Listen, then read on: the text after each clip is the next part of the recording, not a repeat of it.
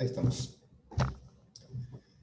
Bien, les comento la idea de la clase de hoy, en el contexto de lo que veníamos viendo en las clases anteriores. La clase pasada vimos un tema que les comenté que para mí es central y hay que hacer un clic en la cabeza para entenderlo, es que nosotros veníamos calculando probabilidades de distintas formas y la clase pasada les conté cómo hacer para calcular, antes veníamos calculando, perdón, probabilidades de que un sujeto le pase tal cosa, una unidad experimental le pase tal o cual cosa.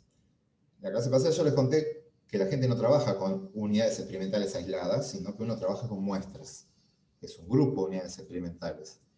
Y esas muestras a mí me interesan para conocer algo sobre la población de donde saqué la muestra. La muestra per se a mí no me interesa demasiado, me interesa la población. Entonces yo les conté la primera aproximación a eso, que es calcular probabilidades, pero ya no de un sujeto, sino de una muestra. ¿Qué tan probable es obtener una muestra que tenga tal estimador, tal estadístico? Por ejemplo, ¿qué tan probable es obtener una muestra cuyo promedio sea mayor que tanto? Para hacer eso, lo que teníamos que saber era cómo era la distribución de la variable original, la original, no del promedio, la del original, e invocando el teorema central del límite, podíamos saber cómo era la distribución de los estimadores, estos que describen a las muestras. Por ejemplo, x raya. Si yo conozco la distribución de x, la variable, con el teorema central del límite puedo saber cuál es la distribución de x raya. Entonces puedo hacer preguntas sobre x raya y calcular probabilidades de x raya.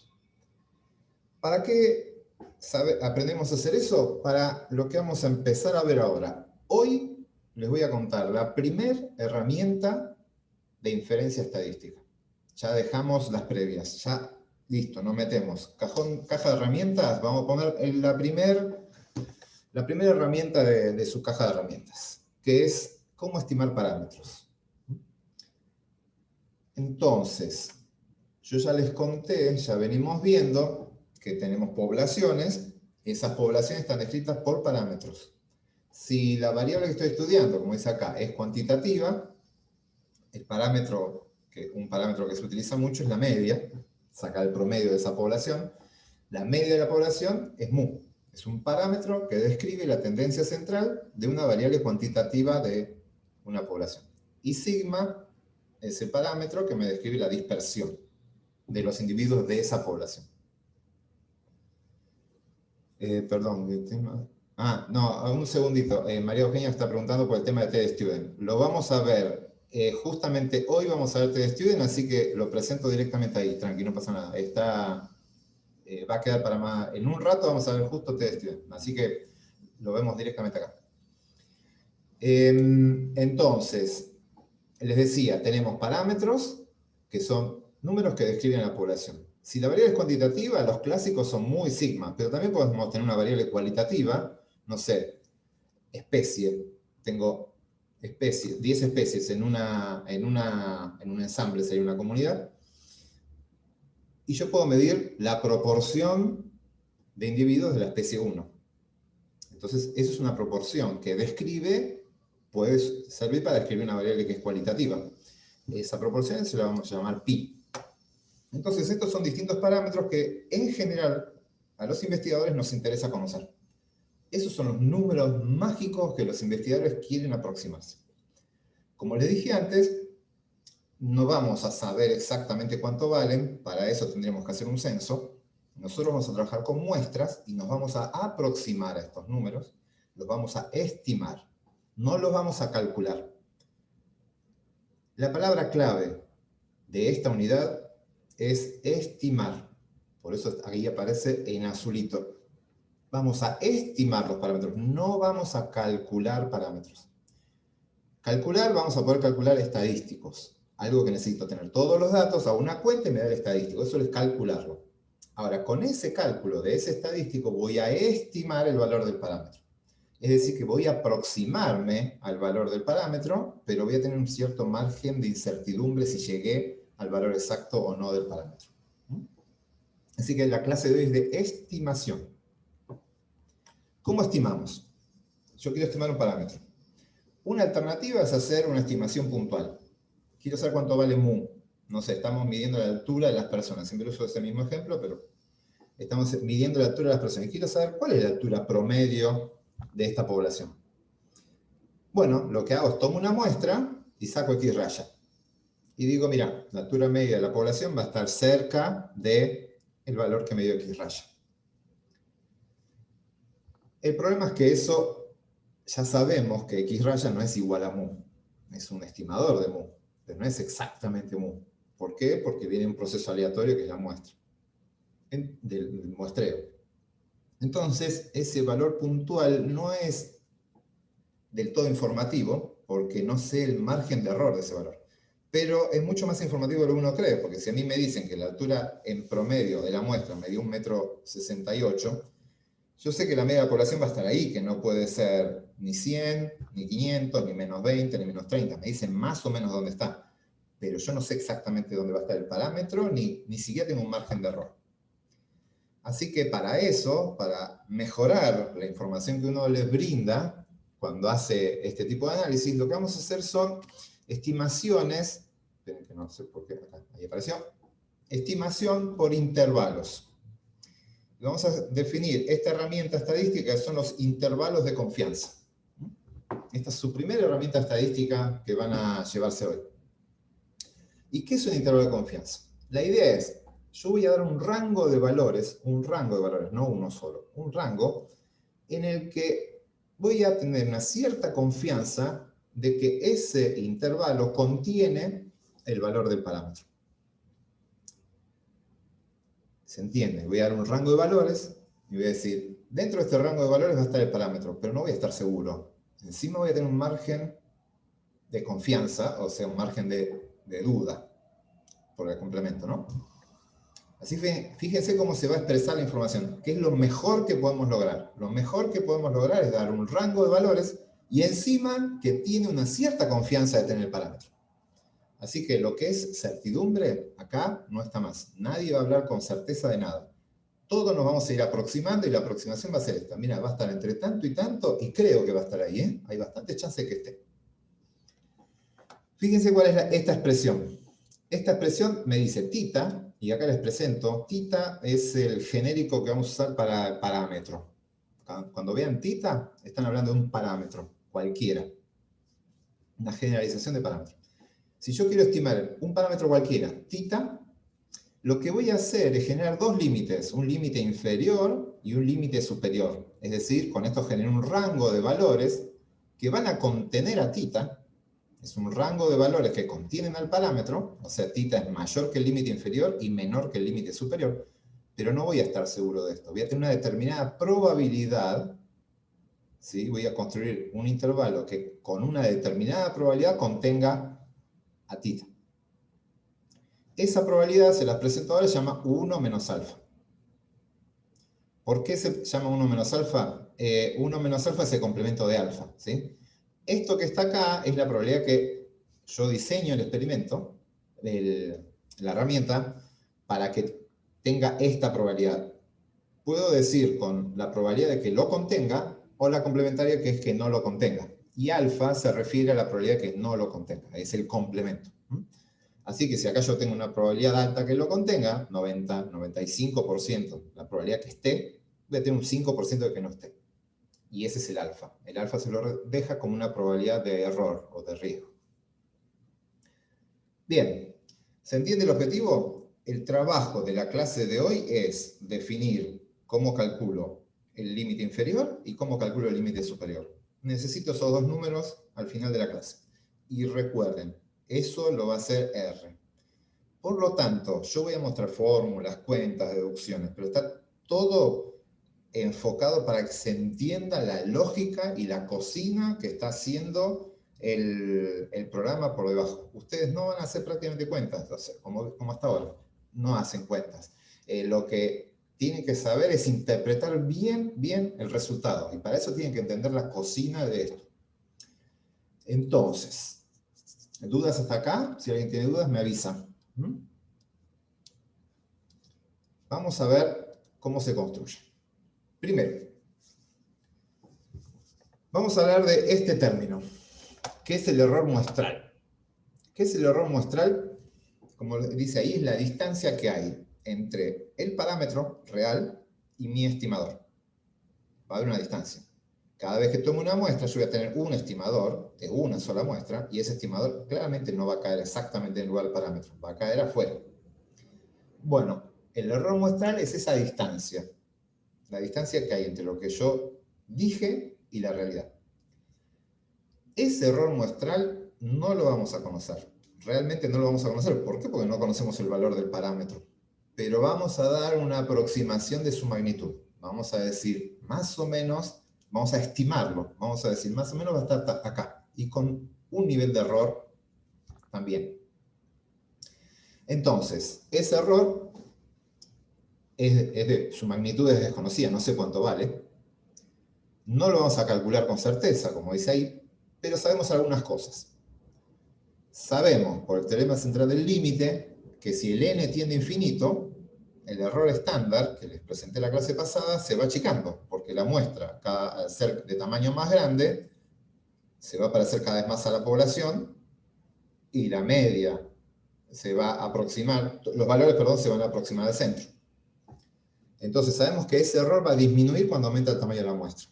Y además, si el muestreo que hicimos de la muestra es probabilístico, es decir, es una muestra aleatoria, podemos calcular probabilidades de esa muestra, ya lo sabemos, se los enseñé en la clase pasada. Entonces, con eso vamos a poder calcular la magnitud del error. Vamos a calcular una probabilidad, o por lo menos estimar algo sobre el error muestral. Vamos a ver. Eso es el error muestral. Y aclaro, perdón, una cosa importante. Este error muestral, está la palabra error, ya lo dije otras veces, pero esta palabra error no está asociada a equivocación. No es un error porque ustedes se equivocaron, no necesariamente. No es que ustedes midieron mal, pesaron mal, tomaron mal las medidas. Eso puede estar, pero no se refiere a eso. El error muestral es variabilidad entre los datos, y en nuestros sistemas, que vamos a trabajar con sistemas biológicos, ese error muestral está dado, para todos, está dado por el azar. Cuando tomo una muestra aleatoria que representa a la población por azar, puede ser que mi estadístico no coincida con el valor del parámetro. Pero eso es una cuestión aleatoria. Y cuanto más variabilidad hay en mi población, más fácil es que eso ocurra. Entonces, en un proceso biológico donde hay muchas fuerzas que mantienen a la variabilidad natural, porque es el insumo de la selección natural, en esos procesos biológicos donde la variabilidad es tan alta, los muestreos aleatorios siempre tienden a no dar exactamente en el valor del parámetro, aunque yo haga las cosas perfecto. Yo puedo fijar las condiciones iniciales de mi estudio perfectamente, puedo registrar la variable sin ningún tipo de error, puedo calibrar todos los elementos y nunca voy a tener dos muestras iguales. Es imposible, porque hay variabilidad natural. En otros procesos donde no hay variabilidad natural, estos errores están dados por errores de condiciones iniciales. Y ahí aparecen estos otros errores, que son los errores no muestrales. Los errores no muestrales, lo que me dicen son errores no generados por el azar, por el proceso aleatorio de obtener la muestra. Esos errores son los sesgos, que estuvimos hablando bastante. Quizás hay un sesgo de ciertos grupos que no responden, o sesgo de supervivencia. Pierdo ciertos individuos dentro de la población y yo solo tengo los que sobrevivieron, que son distintos a la población original. O tengo errores de calibración del aparato, o tengo errores en la medición, todo. Todos esos errores que no dependen del azar entran en este grupo de errores no muestrales. Estos errores, claramente, no sé, si yo tengo la balanza mal calibrada, vamos a ser re obvios, ¿no? Tengo una balanza mal calibrada. Si yo tomo una muestra chica, tengo un error de 10 gramos en la estimación, y si tomo una muestra grande, sigo teniendo un error de 10 gramos. ¿Por qué? Porque es un problema de la balanza y no del muestreo aleatorio. Entonces, esos errores no disminuyen con el aumento del tamaño de la muestra. Y esos no siguen una distribución de probabilidades clara.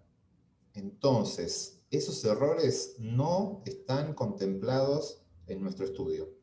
Todo lo que vamos a hacer es para tener en cuenta el error aleatorio. Los errores generados por muestreo. Estos errores no están contemplados. Entonces, es tarea de ustedes minimizarlos, llevarlo a la mínima expresión. Obviamente no van a ser 0, pero tienen que ser mínimos y tienen que ser despreciables con respecto a la variabilidad natural que tiene el sistema.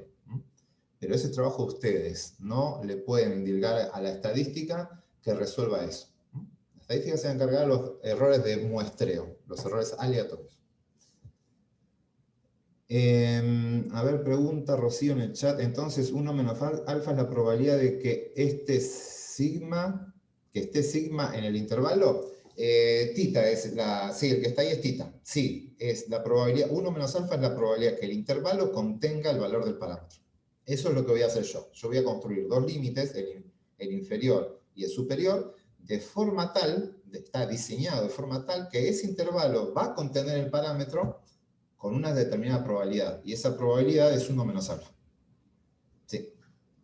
Ahora justamente vamos a ver eso. Bien. Acá está 1 menos alfa. Vamos a definirlo como corresponde. 1 menos alfa, ese 1 menos alfa que apareció ahí, es lo que se llama nivel de confianza. Es la confianza que yo quiero tener. ¿Qué es? Acá voy a hacer una aclaración. Fíjense lo que dice ahí. Es la probabilidad diseñada de que el intervalo contenga el valor del parámetro.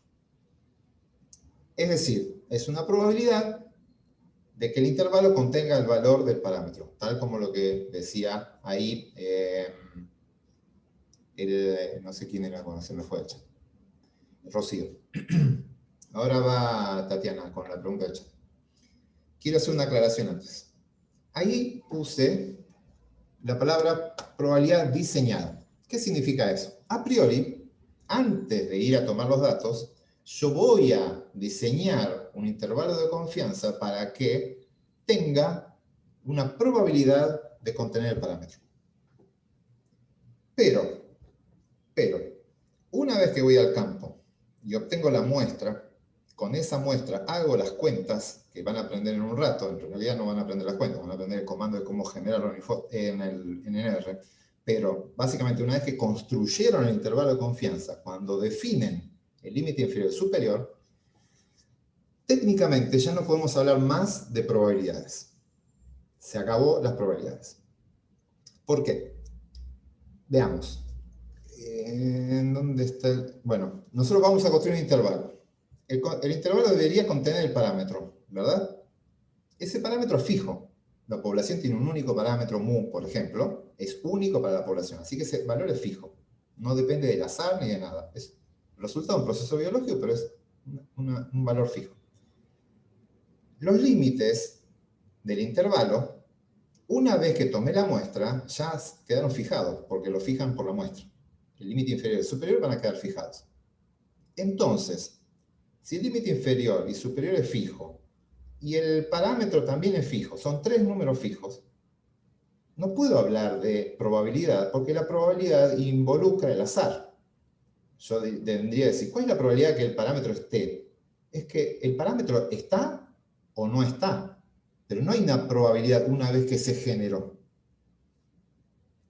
Vamos a ir despacio con este tema, porque es un tema más filosófico, si se quieren, pero técnicamente es así. Vamos a simplificar el proceso. Voy a tirar una moneda. Tengo una moneda y la voy a tirar. Yo digo, ¿cuál es la probabilidad que esa moneda caiga cara o caiga seca? Y me dice, si la moneda está equilibrada, la probabilidad de que caiga cara es 0,5.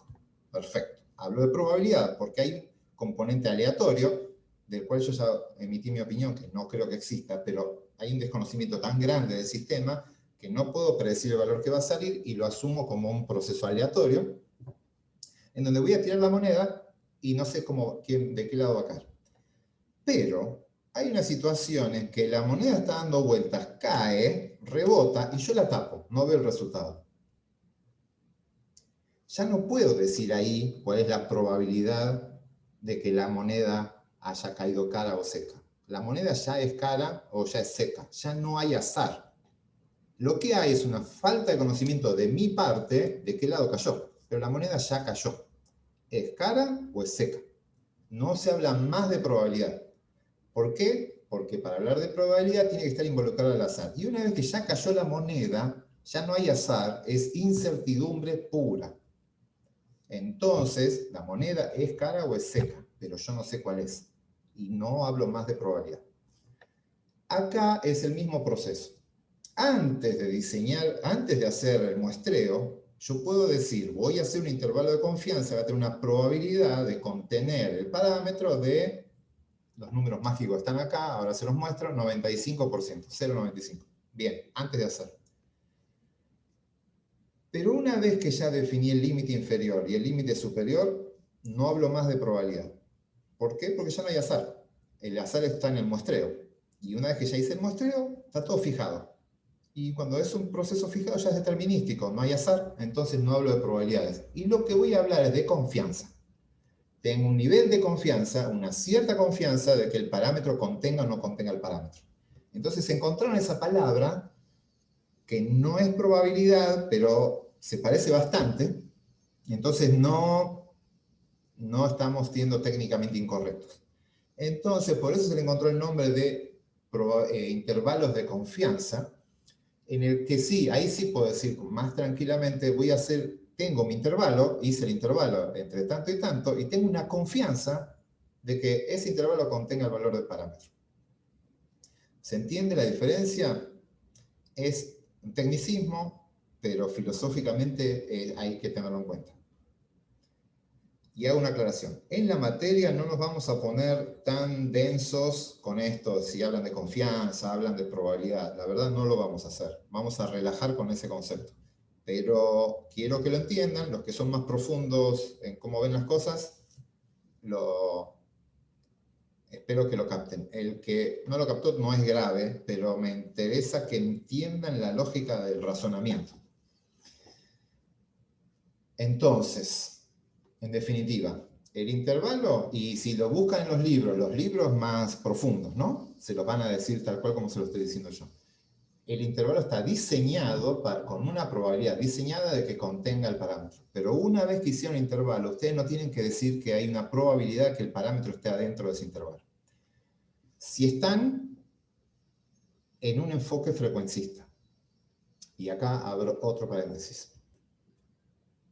Dentro de la estadística hay dos grandes ramas ahora que están en pugna. Son dos grandes escuelas de estadística. Puede haber más, pero las dos grandes que están... Hasta hace unos años estaba todo dominado por estas técnicas que estamos viendo que se llaman una aproximación frecuentista. Hay otra que es una estadística que se llama bayesiana, basado en Bayes, que lo estuvimos viendo, pero tiene una lógica diferente. En esa escuela, si están trabajando bajo ese marco teórico, sí se puede hablar de probabilidad en un intervalo, porque ellos asumen que el parámetro no es constante, no importa, totalmente fuera del curso. En la estadística frecuentista, el parámetro es fijo, como lo estamos diciendo acá. Mu hay uno solo, no hay una distribución de probabilidades de mu, no hay nada, entonces mu es fijo. Y una vez que ustedes fijan los intervalos, los valores de intervalo de confianza, se terminaron las probabilidades y hablamos de confianza. Dudas hasta acá. Había error muestral, ¿es lo mismo que error estándar? No.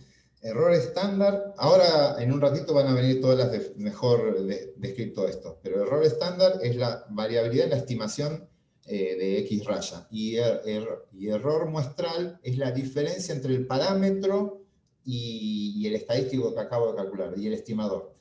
Pero son dos cosas distintas. Una es la incertidumbre que tengo cuando calculé X raya, en el cálculo de X raya, y el otro es la distancia que hay entre X raya y mu. Ahora les voy a mostrar la fórmula de todo y lo van a ver. Así que, pero son dos cosas distintas. Va a haber tres cosas diferentes que se parecen bastante. Desvío estándar, error estándar y encima está error muestral. Bien, entonces, nivel de confianza es una probabilidad diseñada, por eso hablo de diseñado, es antes de hacer intervalo, que el intervalo contenga el parámetro. Lo vamos a simbolizar con 1 menos alfa. Esto lo fijan ustedes. Cuando vayan a hacer un estudio, ustedes van a definir la confianza. Yo quiero construir un intervalo con tal confianza. Lo van a fijar ustedes. Y de vuelta va a haber valores mágicos, valores que todos se han puesto de acuerdo. Los valores de confianza clásicos rondan entre el 90% para los menos menos exigentes, 95% para la mayoría de la gente, de los investigadores, y 99% para los ultra exigentes. El valor clásico, el que compraron todos los investigadores del planeta, es el del 95%. Es decir, trabajar con una probabilidad de error del 5%, que es el alfa, que está acá. Esto que aparece acá es un alfa, en realidad. Alfa es justamente el complemento de 1 menos alfa. Así que es la probabilidad de error. Es la probabilidad que el parámetro, que el intervalo que yo construí no contiene el parámetro. Y eso también se lo puede llamar riesgo.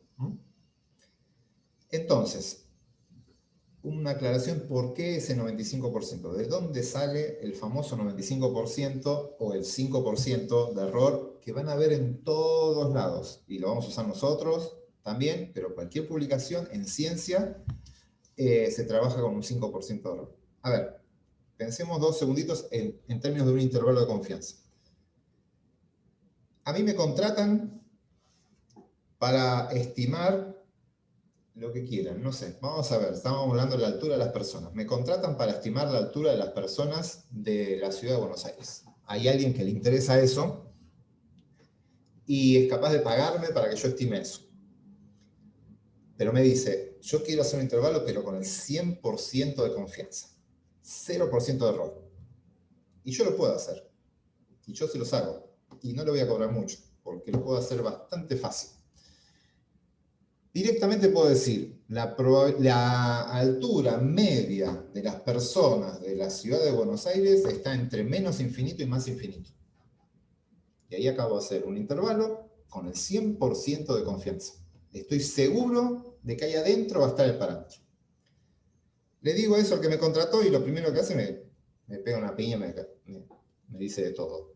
Obviamente, no estoy diciendo nada nuevo. Estoy haciendo un intervalo que cumple con todas las especificaciones dadas, pero no modifica el conocimiento del mundo. O sea, ese trabajo que yo hice no cambia nada el conocimiento que tenemos actual de nuestro sistema. ¿Por qué? Porque ya se sabe que todas las variables van entre menos infinito y más infinito. Entonces, si yo quiero aportar un conocimiento nuevo del sistema en que estoy trabajando, tengo que empezar a achicar el intervalo. No me des de menos infinito a más infinito, dame un intervalo más chico. Bueno, apenas achico un poco el intervalo, que yo voy a construir en base a una muestra, acuérdense, estos 2 límites los voy a construir a partir de una muestra, apenas lo achiqué, hay chances de que el parámetro me caiga afuera. ¿Se entiende? No hay forma, porque por azar, capaz que agarré mal, no agarré mal, salió por azar. Tomé una muestra que no es tan representativa de la población, construyo un intervalo que no contiene el valor del parámetro. O sea, apenas salí de menos infinito y más infinito, tengo una probabilidad que el parámetro no esté. Entonces, a medida que yo quiero más precisión, no, decime más exactamente dónde está el parámetro. Y mira, yo te voy a decir, está acá y acá. Está entre estos 2 numeritos. Está entre 1,70 m y 1,72 m. Ah, perfecto. ¿Y con qué confianza? Del 20%. Hay un 80% de probabilidad que no esté ahí. Tampoco me sirve. Doy un intervalo re preciso, pero tiene muy poca chance de contener el parámetro. Entonces, hay una situación de compromiso entre la precisión y la confianza. Las dos, después les voy a contar algunas formas de cómo controlar las dos, pero la idea es que el 5% de error es una medida razonable de error, es chica, o sea, el 95% de confianza es suficientemente alto, pero que genera intervalos no tremendamente gigantes. Entonces, esa situación de compromiso, de manejar un nivel de error razonable, es el que llevó a todos al 5%, se instituyó como el único valor. Entonces, si algo tiene un 4% de error, es buenísimo, y si tiene un 6% es malísimo. Pero bueno, el problema es que las probabilidades son continuas, y después lo vamos a charlar más adelante, cuando ustedes entiendan bien, manejen bien el 5% y les crean al 5% y se convenzan del 5%, se los voy a sacar de vuelta. Pero nada, ahora necesito que entiendan lo que dicen los libros y después, cuando lo tengan claro, voy a patear el avispero. Entonces, 95% es nivel de confianza clásico. Avancemos. Bien, acá lo que les conté antes, nivel de confianza versus probabilidad, ¿sí? Está hablado esto.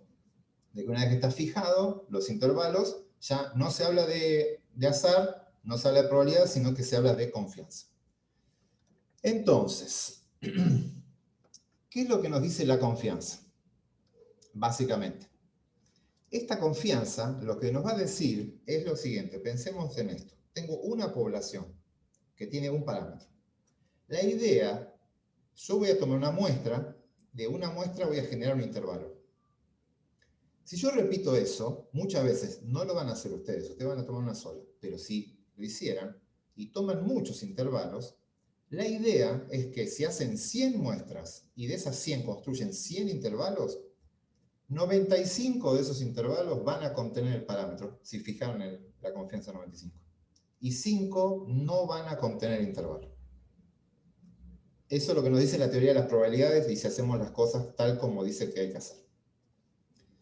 Entonces, fíjense, acá hay una simulación hecha con una variable, acá está la variable, la media es 60. Está definida. El parámetro mu es 60. Esta línea de acá representa mu. Y cada una de estas líneas que aparecen ahí, esto, el primero que está acá, fíjense, la línea llega hasta acá, 60,5 parece ser, y la más chiquitita está en 57, no, 58, algo. Eso que está ahí es, alguien tomó una muestra y con esa muestra construyó este intervalo, con una técnica que vamos a ver en un rato. Construyó ese intervalo y dijo, la población de donde saqué esa muestra tiene un parámetro que está entre 58, algo y 60, algo. 58,3 y 60,5. Ese fue lo que dijo. Y como esto es una simulación, yo conozco el valor del parámetro, sé que ese intervalo está bien hecho, contiene el parámetro. Pero eso lo repitieron un montón de veces.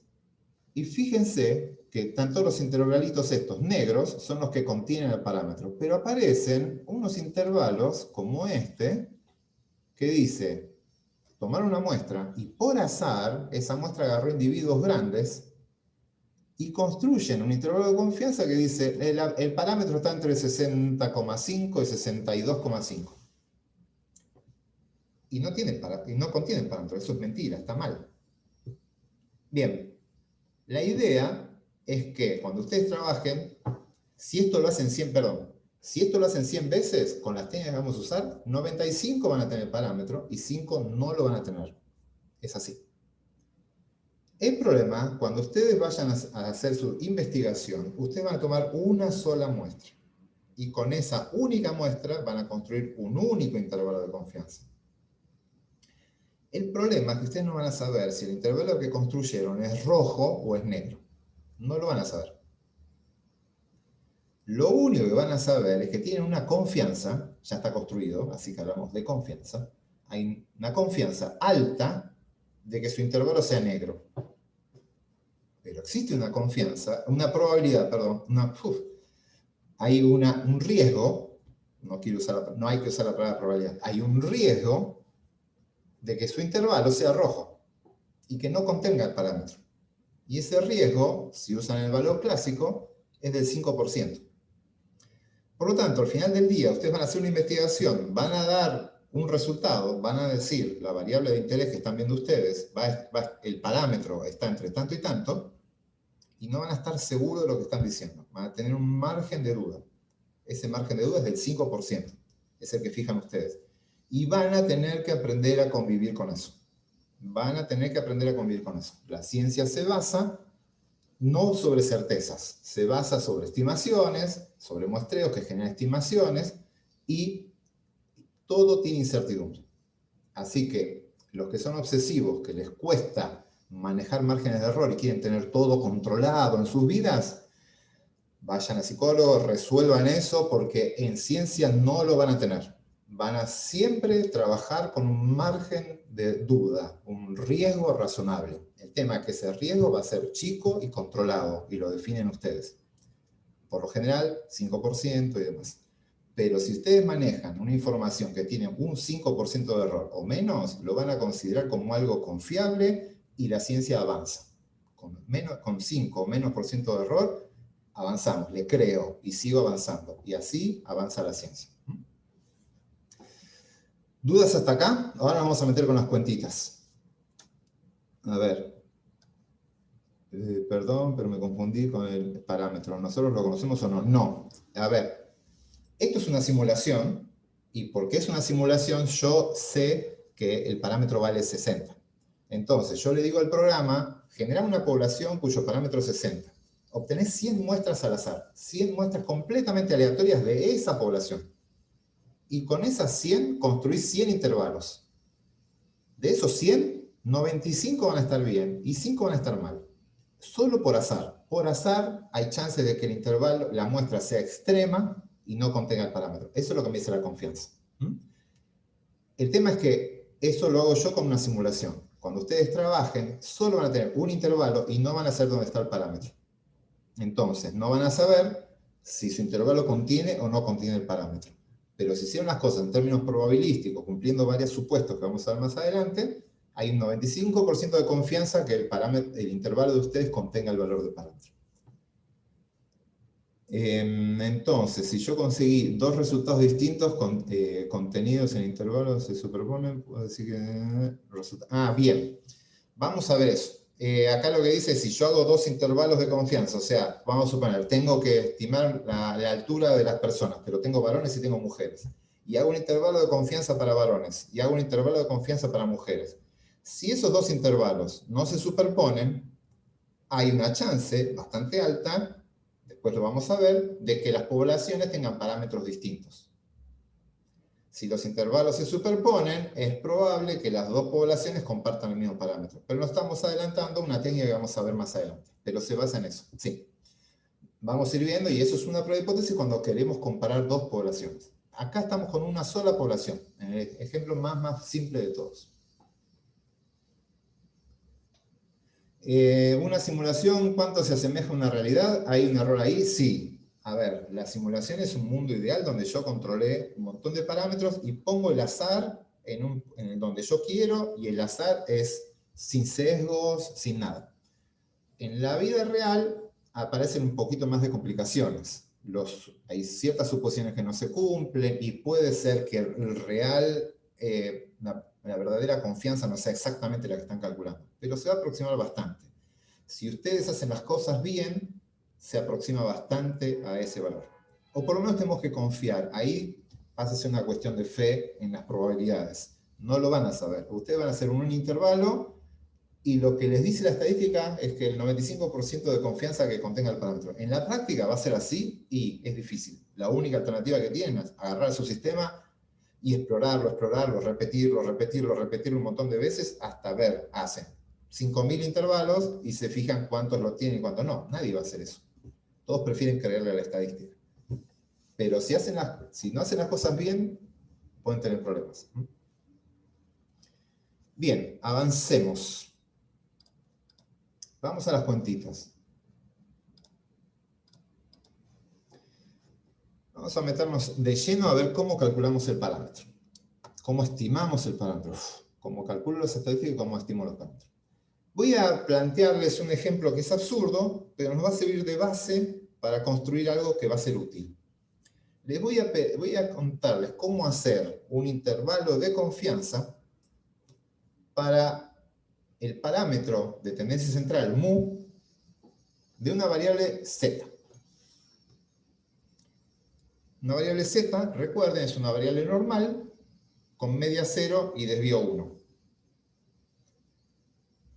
Y ahí es donde digo que es absurdo. ¿Para qué quiero hacer un intervalo de confianza por una variable z, para la media, si sé que la media es 0, es dato? Es como le digo, ¿de qué color es el caballo blanco a San Martín? No tiene sentido. Acá es lo mismo. ¿Para qué quiero saber yo que estimar el parámetro mu de una z cuando ya sé que la z tiene parámetro 0? Pero bueno, hagamos el ejercicio y vamos a después utilizar una técnica para llevar esto a cualquier otra distribución. Entonces, arranquemos por acá.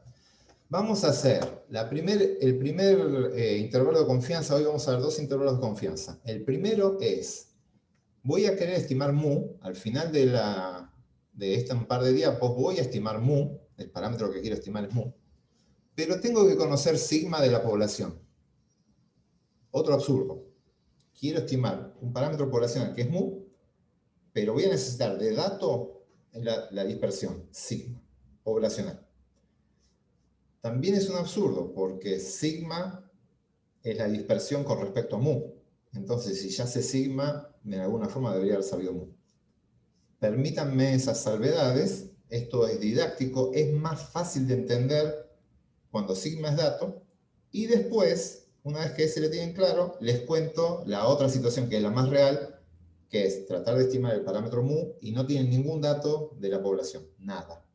Todo lo sacan de la muestra. Así que ahora permítanme esa salvedad. Bien, entonces, estoy acá. Quiero hacer un intervalo de confianza. Para el parámetro mu, ya sé que es 0, no importa, pero para z, para una variable con distribución z. Y el intervalo de confianza para mu tiene una determinada confianza. Ya fijé la confianza. Y esa confianza, como vimos antes, es 1 menos alfa. Entonces, lo que quiero hacer es construir dos intervalos, un límite inferior y un límite superior, que contengan al parámetro con una probabilidad 1 menos alfa. ¿Sí? Eso es lo que habíamos dicho antes. Quiero hacer eso. Eso fue la definición de un intervalo de confianza. Tenía una probabilidad, un límite inferior. Tengo que usar la tableta esta, a ver si puedo escribir mejor. Un límite inferior que iba a contener el parámetro θ, en este caso es mu, un límite superior, y esto tenía una probabilidad de 1 menos alfa. Bien, la probabilidad de 1 menos alfa está acá, la puedo fijar. Acá voy a tener el límite inferior, acá voy a tener el límite superior, y adentro va a estar el parámetro, que es θ, en este caso es mu. Esto que construí cumple con este requerimiento que está acá. Estamos todos de acuerdo hasta ahí que cumple. Bien, yo puedo definir cuánto vale estos dos puntos para esta variable. ¿Por qué? Porque este es un valor de z, es un número que sale de una distribución normal estándar, es un valor de z, y este valor de z acumula una probabilidad acá. Acá hay una probabilidad. Hay un área bajo una curva. Y acá hay otra probabilidad. A ver, si acá adentro está 1 menos alfa, ¿cuánto hay afuera? En esos dos pedacitos blancos, ¿cuánto hay? Si adentro hay 1 menos alfa, ¿qué encuentro afuera? 5 alfa. Técnicamente es alfa. 5 si fijé adentro 95%. Quedaría afuera 5. En el total me quedaría 5. Vamos a hacerlo más general. Todavía no fijé el 95. Hablo de 1 menos alfa. Afuera queda alfa. Entonces, entre estos dos lugares tengo alfa. Si adentro está 1 menos alfa, afuera hay alfa. Como esto es simétrico, es unimodal y simétrico porque es normal, acá está la mitad de alfa. Acá está alfa sobre 2 y acá está alfa sobre 2. Tengo la mitad de alfa en los dos. Por lo tanto, este es un valor de z que acumula una probabilidad de alfa sobre 2. Se escribe así. Es un z que acumula alfa sobre 2. Y ese lo puedo buscar. Le puedo pedir a R, dame el valor. Ustedes ya saben, todavía no lo practicaron demasiado, ¿sí? Con los que estuvieron viendo binomial y demás. Uno puede dar el valor de x y el R les devuelve la probabilidad. Pero también existe la función inversa, que ustedes le dan la probabilidad y le devuelve el valor de la variable.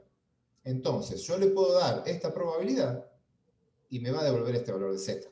Tranquilamente, para una normal estándar me lo va a hacer. Así que esto, una vez que fijan alfa, que lo van a fijar ustedes, esto se puede calcular. Y acá tengo otro valor de z.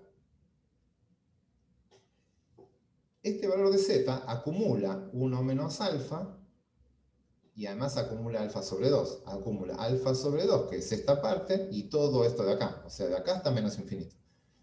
¿Cuánto es la suma? 1 menos alfa más alfa sobre 2. ¿Quién me dice una forma más fácil de expresarlo? ¿Cuánto acumula z? Podemos usar el complementario. Es más difícil de escribir esto. No sé, ahí está, bien Gonzalo. Lo que pone Gonzalo, y ahí ya todos los demás que fueron tipeando, esto puedo usar el complemento. Si me deja para arriba esto, me está acumulando 1 menos alfa sobre 2. Así que esto es 1 menos alfa sobre 2. Bien, esos números son perfectamente calculables. ¿Por qué? Porque salen de una tabla y ya están fijados. Solo dependen de una cosa, de alfa. Ustedes fijan alfa y eso se obtiene. Esperen que tengo que borrar porque esto está todo escrito. Entonces, ahí tengo el z de alfa y el z de 1 menos alfa. Bien, tengo mi primer intervalo de confianza. Puedo calcularlo. Voy a la distribución normal estándar y me fijo cuánto es. Fijo, no sé, alfa en 5%. Me fijo qué valor de z acumula 0,25, que es la mitad del 5. Y me fijo qué valor acumula 0,975, que es la mitad, es 1 menos 0,05 sobre 2. Entonces, ahí tienen su primer intervalo de confianza.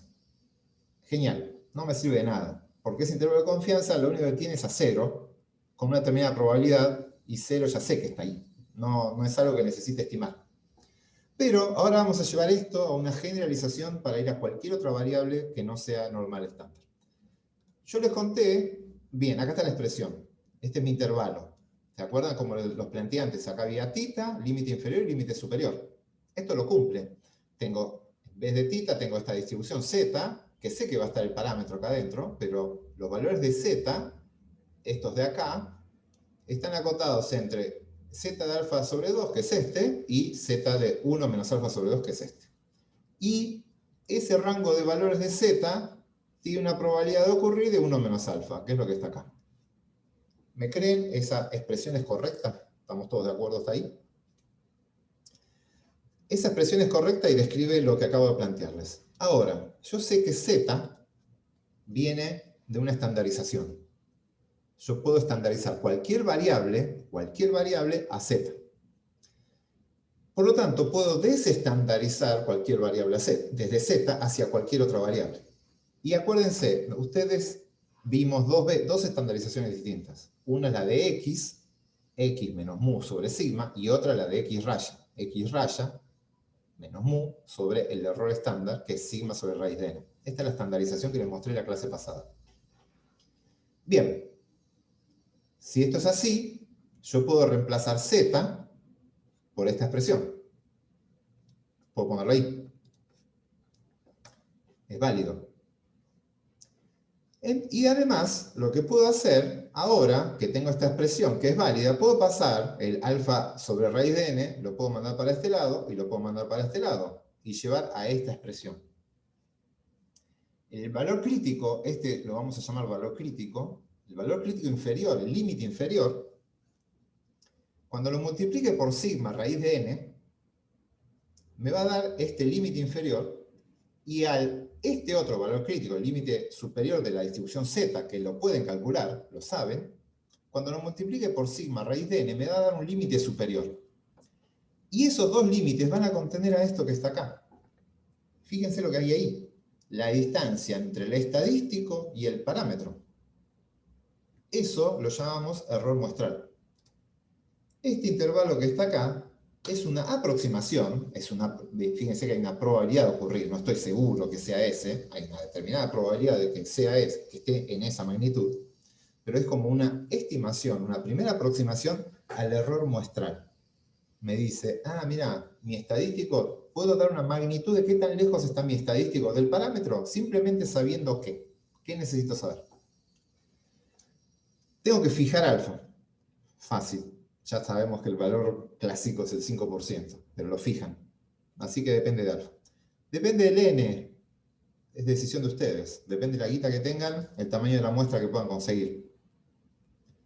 Y el otro punto, que es la figurita difícil, depende de sigma. Tienen que conocer el parámetro poblacional. Por eso yo les dije, esta es una situación medio utópica, medio rara. Deberían saber cuál es la varianza de la población con la que están trabajando. De vuelta, cosa rara, si quieren estimar mu, que ya sepan sigma.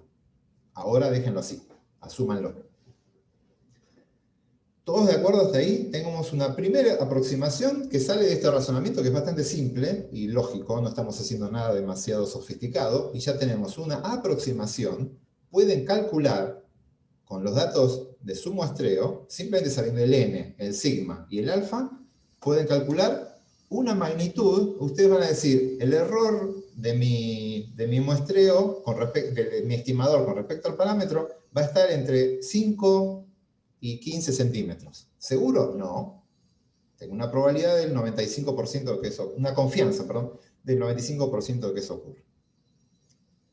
¿Dudas hasta acá? Recuerden que soy optimista. Si no hay dudas, avanzo. Bien. Este valor, este error muestral, no es el resultado final del estudio. Es más interesante, más que hablar del error muestral, es hablar de cuánto vale el parámetro, no la distancia de mi estimador al parámetro, porque eso no le interesa a nadie, porque el estimador en realidad a nadie le interesa. Lo que yo quiero saber es cuánto vale mu. Así que vamos a dar una vuelta de rosca a esta fórmula. Vuelvo a plantear la misma, lo que estaba ahí abajo, ¿sí? Es la misma que estaba antes, ¿sí? El error muestral, el límite inferior y el límite superior. Mi objetivo es, no quiero esta distancia, decime mu. A mí lo que quiero es saber cuánto vale mu. No me hables de esto, porque esto habla de vos cuando fuiste al campo y la muestra que tomaste. Yo quiero saber el parámetro. Bien, así que lo que vamos a hacer es pasar a mu del otro, x raya del otro lado. Y fíjense, si yo paso x raya para acá y x raya para acá, me queda menos mu, entonces se lo pasa, se lo multiplica por menos 1. Cuando multiplico por menos 1 se me cambian los signos, y cuando se me cambian los signos tengo que reajustar los valores de z. Hay una serie de pasos, créanme, si alguien quiere lo vemos, pero créanme que una vez que hacen eso, la expresión que queda es la siguiente. Cuando pasan x raya para allá y para acá, de vuelta hay una serie de pasos, pero la expresión que llega es la siguiente.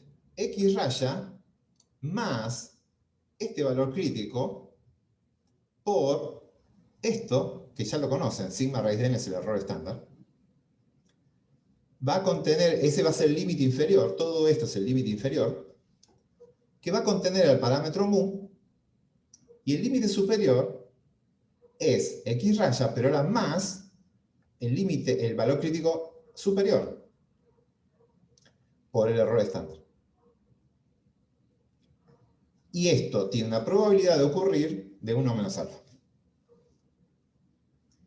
Si le creen ese pasaje de términos, van a tener que hacerlo, y si no, el que esté interesado lo vemos después. Pero es un pasaje un poco complicado que necesitan saber una sola cosa que ahora se las voy a contar para que lo terminen de entender. Pero no hay problema, esta expresión es correcta. Créanme que es correcta.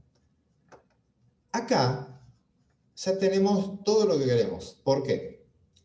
Tengo un límite inferior, un límite superior, o sea, un rango de valores que van a contener el parámetro de interés, mu, con una determinada probabilidad. Esto de vuelta probabilidad porque lo estoy diseñando. Una vez que vayan al campo, hablan de confianza. Y encima, ¿qué necesito para construir esto? Tengo que, necesito alfa, lo fijan ustedes. Del todo ya sabemos lo que es. Sigma, dice acá que es dato, todavía está en esa zona nebulosa. Lo tienen, supuestamente esto es dato. Y necesitan el n, tamaño de la muestra, lo van a tener, y x raya, que lo sacan de la muestra. Por lo tanto, lo que tienen que hacer es decir, conseguir una cantidad de unidades experimentales, fijan el n, y calcular la media. Y una vez que tienen la media, hacen estas cuentitas, perfecto. Ya puedo dar una estimación del intervalo de confianza. Puedo dar una estimación del parámetro de interés. Ya no trabajo con la muestra, perdón, no doy información de la muestra, doy información de la población. Subí el nivel de mi información muchísimo. Y eso es relevante.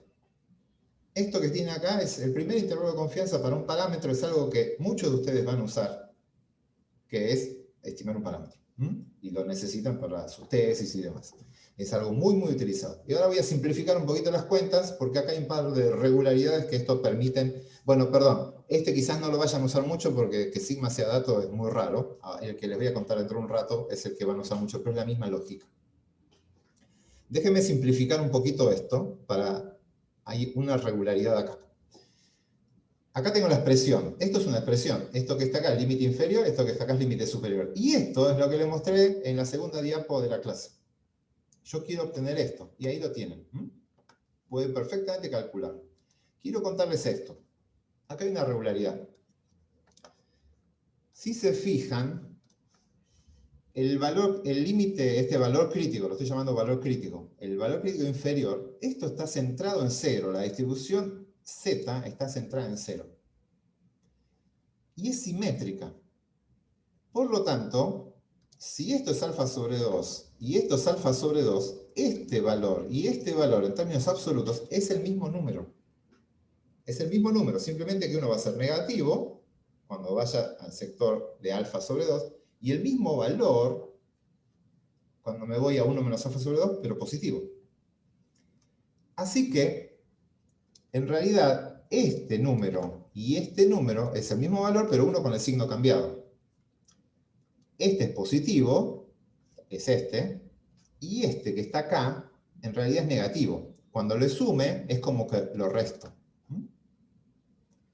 Entonces, esto lo puedo transformar, tengo que salir de esto para poder avanzar, en esta expresión. Puedo convertir esto, que son dos cuentas distintas, en una sola cuenta. Puedo decir x raya más el valor este, cualquiera de los dos. Esto lo pueden reemplazar, ya les dije, es el mismo valor, ¿sí? Este es el alfa sobre 2, es el negativo, y este es el alfa 1 menos alfa sobre 2, que es el positivo. Lo pueden hacer el valor de la media más menos ese número, ¿m?, por esta expresión que está acá, que es el error estándar. Con eso van a calcular ambos límites. ¿Por qué? Porque si yo hago x raya más el z y lo multiplico por el error estándar que está ahí, perdón, tengo el lápiz este, podría usar esto. Cuando hacen esta expresión, lo que van a obtener x raya más el z por el error estándar, lo que van a construir ahí es el límite superior. Y cuando hacen el x raya menos el z por el error estándar, lo que construyen es el límite inferior. Esto es un asco como lo estoy escribiendo, pero bueno, sepan disculpar. La virtualidad en pizarrón es más fácil. ¿Se entiende la idea? Básicamente lo que estamos haciendo es, al x raya le estamos sumando y restando esto que está acá, que es la expresión del error muestral que teníamos antes. ¿Dudas hasta acá? Quiero escucharlos, quiero ver hasta dónde llegaron, si se perdieron, si no se perdieron, si me siguen, ¿tiene alguna inquietud?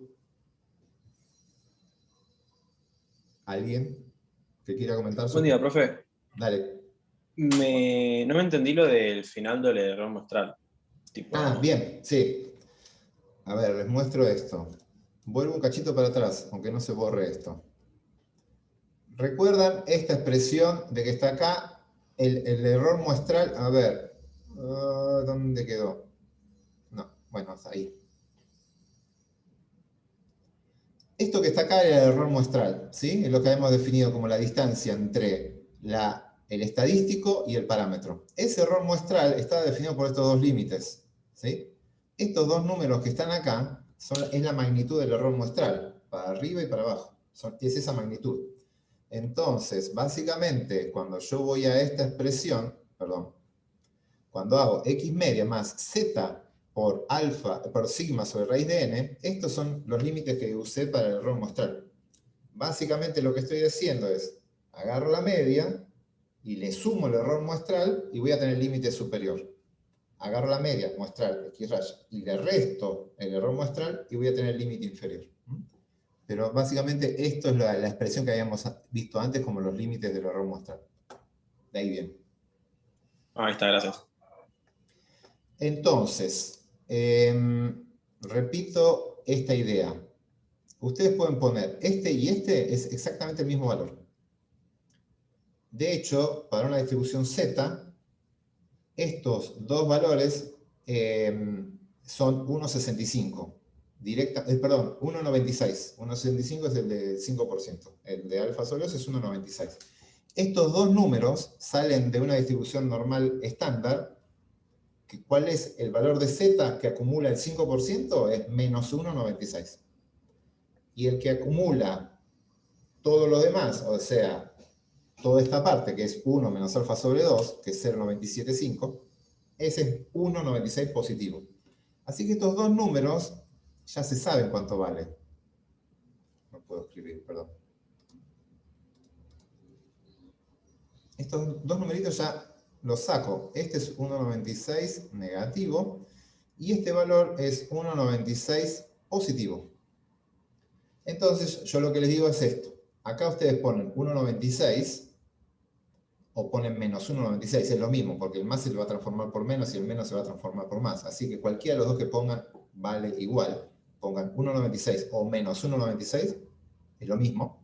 Entonces, cuando hagan la media más esta expresión, que es 1,96 por los datos de su muestreo, la varianza que es conocida, el desvío es conocido, y n es el dato de su muestra, cuando lo hagan con el más, van a obtener el límite superior, esto. Y cuando hagan esta expresión menos esto que está acá, van a obtener este número. Por lo tanto, fíjense que es re simple en cuentas, aunque lo hicieran a mano, que no lo van a hacer a mano. Cuando esto se hacía a mano, era muy, muy simple. De hecho, los ayuda, si lo hacen a mano un par de veces, les va a ayudar a entender qué es lo que están haciendo. Acá ahora en el TP van a poner intervalo. Creo que hay un TP donde lo hacen a mano para aprender. Entonces, ¿qué era igual a 0? Perdón, no más, ahora estoy viendo el chat bien. El centro es 0 en una distribución... vamos a hacer una aclaración, ahí están preguntando en el chat. Tengo que hacer esta aclaración porque después en las grabaciones el chat no se ve y no se entiende de dónde saqué la pregunta. En el chat están preguntando, para cuando vean el video, que de dónde sale el 0. O sea, básicamente hago esa aclaración. Esto parte de una distribución Z. Ahí la media es 0 y esto es simétrico. Pero después lo que estamos haciendo es desestandarizar estos límites y los estamos llevando a cualquier distribución que no sea Z. Básicamente eso es lo que estamos haciendo. Entonces partimos de un intervalo de confianza para una distribución Z, que es conocida y ya sabemos todas las reglas, lo desestandarizamos y lo llevamos a cualquier distribución. Y ahí el 0 se va a convertir en el parámetro que es desconocido, que no lo conozco. Cuando desestandarice, el mu no lo sé, y es el que yo despejo, y me quedan esos dos límites. Y ahí es como esa es la magia, la idea de hacer estos intervalos. ¿Por qué vale 1,96? Es la distribución normal estándar. Es así, yo quiero acumular el 95% de los datos, la distribución normal estándar se acumula el 90%. Perdón, vamos a hacer el dibujito acá. Hay una pregunta que dice, ¿de dónde sale el 1,96? Si ustedes tienen una distribución normal estándar, la distribución normal estándar tiene media 0, la z, y todos los valores ya están fijados, es una única distribución esta. Entonces yo sé que el valor que acumula, si trabajo con un alfa del 5%, ¿sí? Esto tiene que acumular 0,025. El valor de z que acumula 0,025 es menos 1,96. Cuando hagan el práctico normal, hagan la cuentita. Y si no, vayan al script de R que yo ya les di para una normal, ponen media 0, desvío 1, y pongan en X 1,96 negativo, y van a ver que la probabilidad que les da es 0,025. Es el valor de la variable que acumula eso. Y el otro viene de acá. Este valor, acá deja alfa sobre 2, por lo tanto, cuando este acumula, dijimos que este acumula, es un valor de z, perdón, que acumula 1 menos alfa sobre 2. Esto acumula 1 menos 0,025. Alfa sobre 2 es 0,25. Por lo tanto, este es un valor de z que acumula 0,975. De vuelta, si van a esa distribución y ponen 1,96, esto vale 1,96, ya se lo digo porque me lo acuerdo de memoria, nada, no lo hice ningún cálculo, 1,96. Escriben 1,96 y le dicen la media 0 y el desvío es 1 y le piden la probabilidad de eso y van a ver que es 0,975. Por la forma de la densidad y la forma en cómo se acumulan las probabilidades, dan esos números. Bien. Si alfa sobre 2 es menos 1,96, ojo, alfa sobre 2 no es menos 1,96. El z de alfa sí, es menos 1,96. Entonces, Z más alfa sobre 2 por error estándar es el límite inferior, sí, porque ese Z de alfa sobre 2 es negativo. Entonces es X más un valor negativo y se transforma en X menos. Así que ese es el límite inferior, como dice Rocío en el chat. Sí, perfecto. Cuando suman el negativo, hacen el inferior. Y cuando suman el positivo, hacen el superior. Bien, avancemos. Vamos a ver un par de cuestiones sobre este antes de ver el otro. Ahora que tengo el reloj aparte, puedo ver la hora. Perfecto. Vamos bien. Bien, vamos a plantear esta situación. Les pedí, ustedes son investigadores y saben mucho de estadística y de muestreo, y yo los contraté para que estimen la altura media de las personas de la ciudad de Buenos Aires, como veníamos viendo hasta ahora. Eso puede ser por cualquier variable que les diga. Y ustedes consiguieron plata para tener a 50 personas. Consiguieron un N, pucha. Tengo que poner el lapicito. Trabajaron con un N de 50. Y con el N de 50 construyen, hacen las cuentitas, con la técnica que vieron, calculan el X raya, sigma es conocido, no importa, hacen las cuentitas y ustedes les dice, la altura de la gente de Buenos Aires está, la altura media de la gente está entre 1,30 m y 1,80 m. Dos cosas quiero aprovechar con este ejemplo. Una es lo que viene después, pero voy a ir para atrás. ¿Cómo interpreto este número? Eso es un intervalo de confianza. Lo hicieron con las cuentas, lo hacen con R, con lo que sea, sale de la muestra. Con esa muestra sacan X raya, hacen las cuentitas, lo multiplican por el error muestral, bla, bla, bla, y sale esto. Ojo cómo se interpreta esto. Ahí me dice que el parámetro mu está acá adentro con una confianza de 0,95. El parámetro mu está acá adentro. La media de la población, no los individuos de la población. No es que hay personas entre 1,30 m y 1,80 m. La media de la población está entre 1,30 m y 1,80 m. Ojo con ese punto porque es un error muy, muy común y se ve incluso en los investigadores que interpretan mal los intervalos de confianza. El intervalo de confianza es para mu. Por lo tanto, el que está acá adentro es mu, no los individuos. Puede haber individuos mucho más grandes e individuos mucho más chicos. No es que el 95% de las personas está ahí adentro. No. Eso es un error. Y ojo, porque si ponen eso en un final, les va a ir mal. Y si lo ponen en un parcial, no van a promocionar y van a tener que dar el final. No, lo que me dice es, tengo una confianza de que el parámetro está ahí adentro. Por lo tanto, la persona que los contrata a ustedes recibe esta información y la altura media de las personas está entre 1,30 m y 1,80 m. Che, no me jodas, no me estás diciendo nada. Obvio que vas a entrar entre 1,30 m y 1,80 m. Ya sé que está ahí adentro. Dame un poco más de precisión. Decime algo más nuevo, porque eso ya lo sabía. Quiero un intervalo más chico. Quiero que mejores la precisión de este estudio. Decime algo mejor. ¿Entre qué numeritos está? Algo que me cambie el conocimiento del mundo. ¿Sí? Bien, tienen tres estrategias para mejorar la precisión de ese intervalo de confianza. Es decir, quiero achicar el intervalo de confianza. La primera es tomar más datos. Necesitan plata, salir a campo, capturar más personas. ¿Por qué? Veamos las formulitas. Este es el límite inferior, el límite superior. Esto es lo que habíamos planteado como intervalo de confianza. Y la formulita es la media, que sale de la muestra, este valor que sale de la tabla, esto es dato, es fijo, y la que tenemos acá es la raíz de n. Si yo tengo una raíz de 50, esto me va a generar un valor que me genera este intervalo de confianza. Pero si acá en vez de 50 personas pongo 100, tengo una muestra más grande, 100 personas, la raíz de 100 es más grande que la raíz de 50. Por lo tanto, como está dividiendo, este número va a ser más chico, y este valor multiplicado por esto va a ser más chico, el intervalo se achicó. Entonces, simplemente, como si fuera fácil, aumentando el tamaño de la muestra, reduce el intervalo de confianza. ¿Por qué? Porque el tamaño de la muestra está dividiendo en esa forma. Y lo cual es lógico, porque tienen mayor credibilidad los datos que tienen, porque están basados en una muestra más grande. Entonces, el sistema se hace un poco más confiado y dice, listo, tengo un poco más de información, voy a achicar el intervalo de confianza.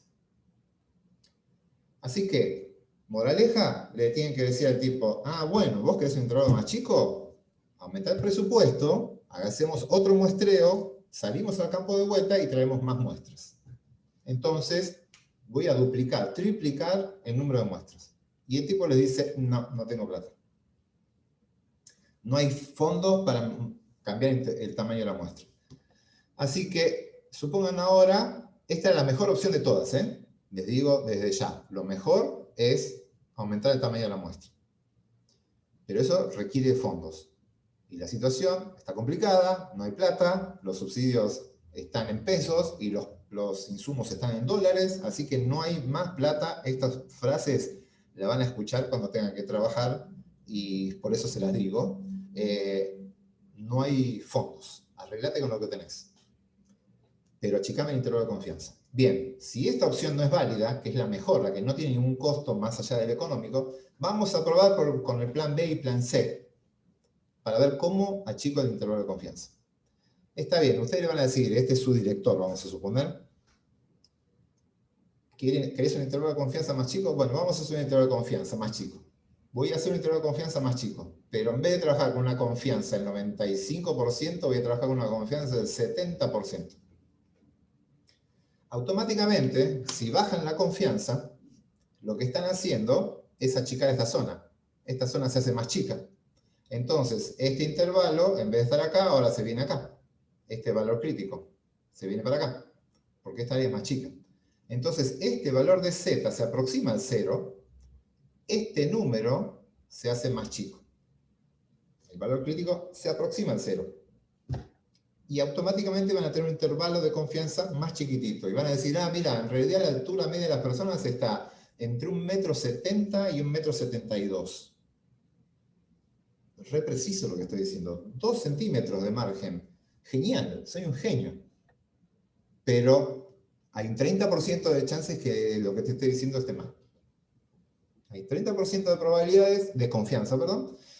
Un 70% de confianza, un 30% de riesgo de que este intervalo que te estoy dando no contenga el valor de parámetro. Es el costo que tienen que pagar si quieren hacer esto. Se puede achicar el intervalo de confianza modificando el nivel de confianza, pero ojo que eso tiene un costo automático en que aumenta el riesgo. Así que ese no es gratis.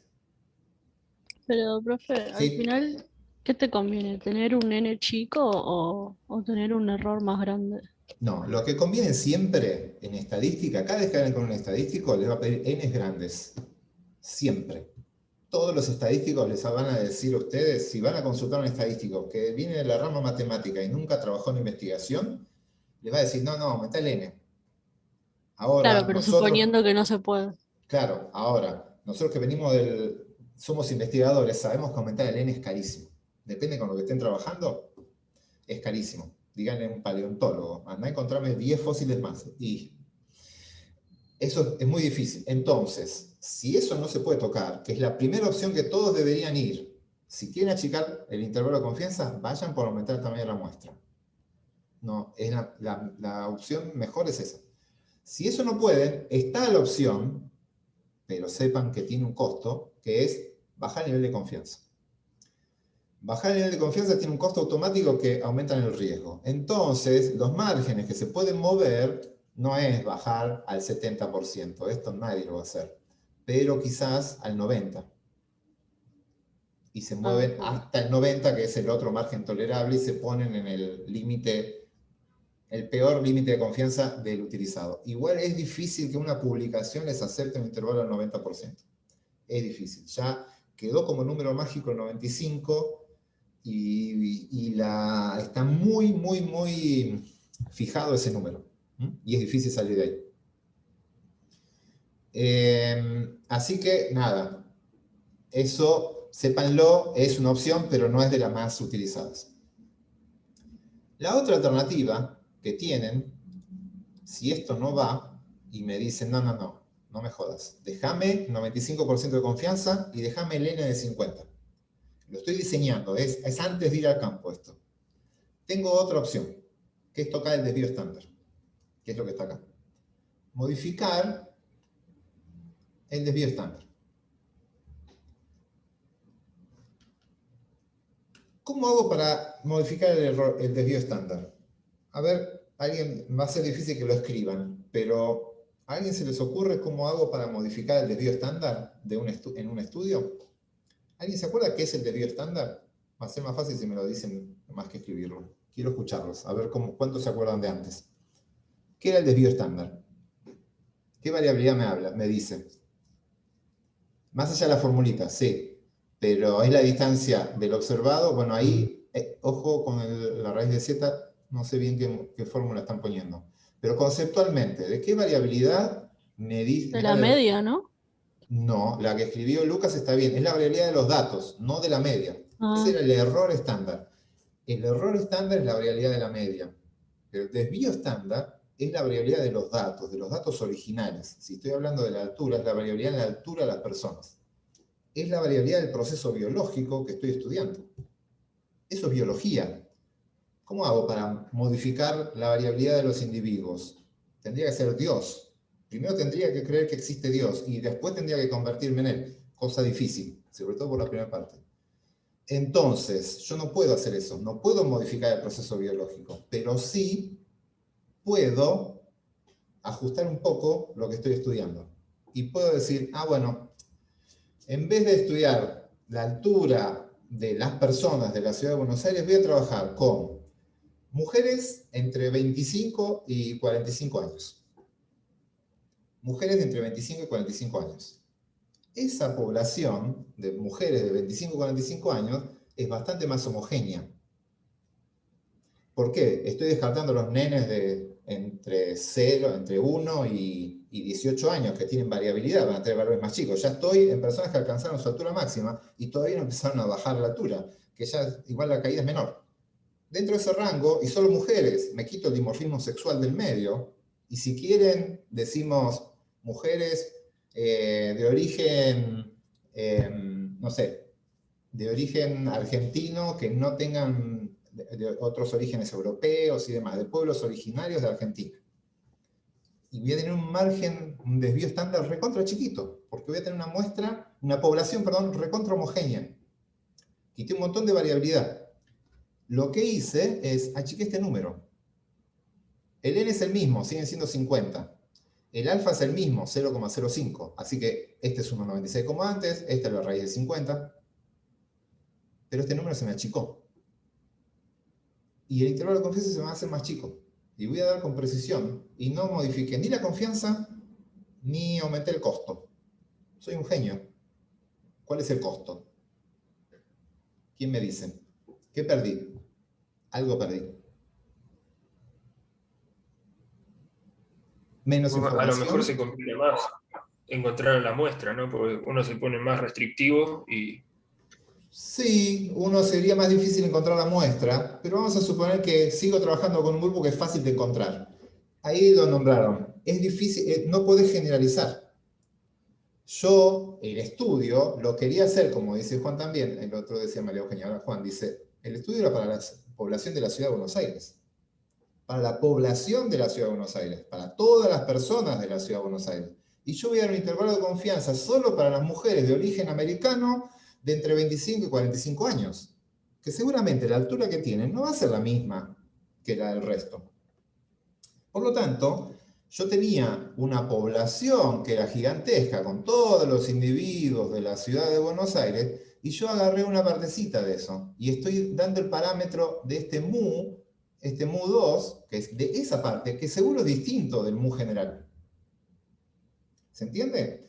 Entonces, restringí mi estudio a una población diferente. Las conclusiones van a ser para esa población. Ahora, esto que yo se los cuento es muy obvio, y más o menos se darían cuenta, pero sepan que se hace. Se hace esto que les estoy contando. Y se hace a niveles que a veces son un poquito complicados, porque si hay que hacer estudios para ver cómo afectan los los medicamentos, los daños colaterales y demás, como las poblaciones son tan heterogéneas y no se puede abarcar todo, suele pasar que se hacen estudios sobre un grupo particular de personas, varones de entre 25 y 35 años, bla, bla, bla. Y después se pueden extrapolar en forma dudosa los resultados. Entonces, y nos consta que se hace así, y eso es complicado, eso es un error. Si ustedes restringen la población porque de esa forma trabajan con una muestra más homogénea, la población es más homogénea, es más fácil de estimar una población homogénea por lo que estamos viendo acá. El desvío estándar directamente va al tamaño del intervalo de confianza, le pega directo. Si bajo el desvío estándar, baja el intervalo, doy más precisión y no puse más plata. Y ahorré un montón de dinero en estudios. Entonces, muchos de estos estudios intentan trabajar con poblaciones controladas.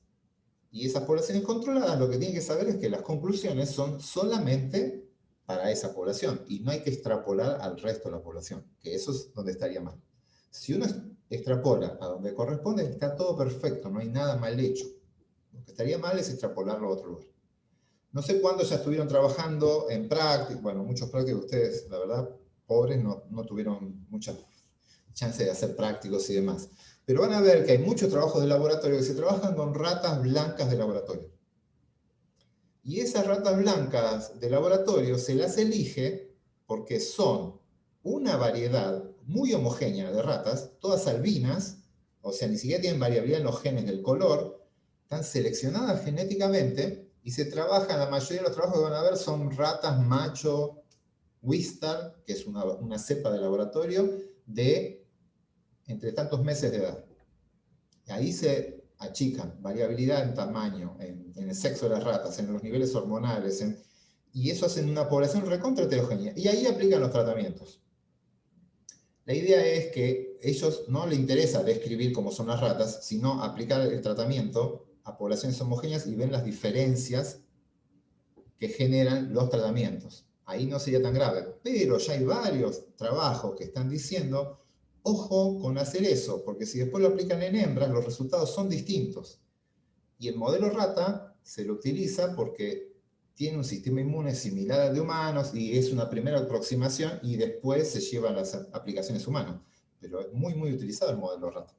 Y como se hace solo sobre los machos para mantener el desvío estándar chico, lo que termina pasando es que después empiezan a hacer estas pruebas en hembra y los resultados son completamente distintos. Bien, dudas hasta acá. Me estoy excediendo con el tiempo.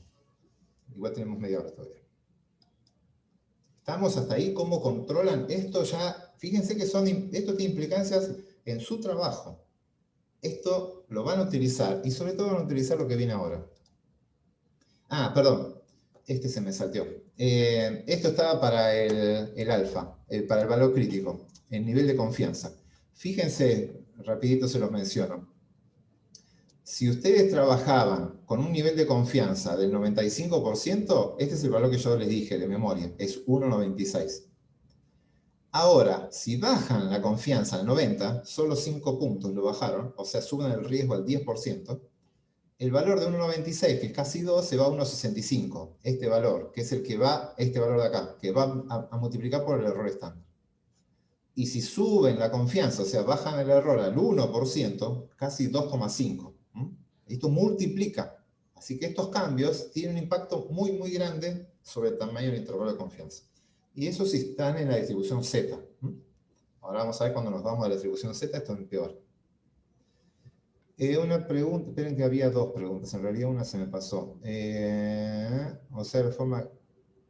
Sí, y Juan lo que pregunta es si la forma de no cometer esto, o sea, la forma de no perder nada, de aumentar la precisión, o sea, achicar el intervalo de confianza, manteniendo el nivel de confianza constante y manteniendo el alcance del estudio igual, la única opción que tiene es aumentar el tamaño de la muestra. Sí. Obviamente les queda refinar la técnica de estudio, porque parte de este desvío estándar puede ser porque ustedes miden mal a las personas y todo eso es descartado que no tienen forma, ¿sí? La gente está perfectamente medida. Obviamente si ustedes tienen una regla que anda mal, mejórenla y capaz que achican el desvío estándar. Pero ahí están sacando un error no aleatorio. Una pregunta, a ver, dice, ¿es lo mismo usar la expresión que vimos antes para calcular el límite superior e inferior que directamente calcular el percentil 265 y el 975 de la distribución Z? O sea, esos percentiles son estos. Este es el percentil 0,20, el 2,5 y este es el percentil 0,975, el 97,5, el percentil 9,75. Son estos dos números, sí, de la distribución Z. Ahí tenés esta expresión. Y después lo tenés que multiplicar por el error estándar. Sí. Eso es como lo van a calcular. ¿Cómo van a sacar el valor de Z? Sacando esos percentiles. Bien.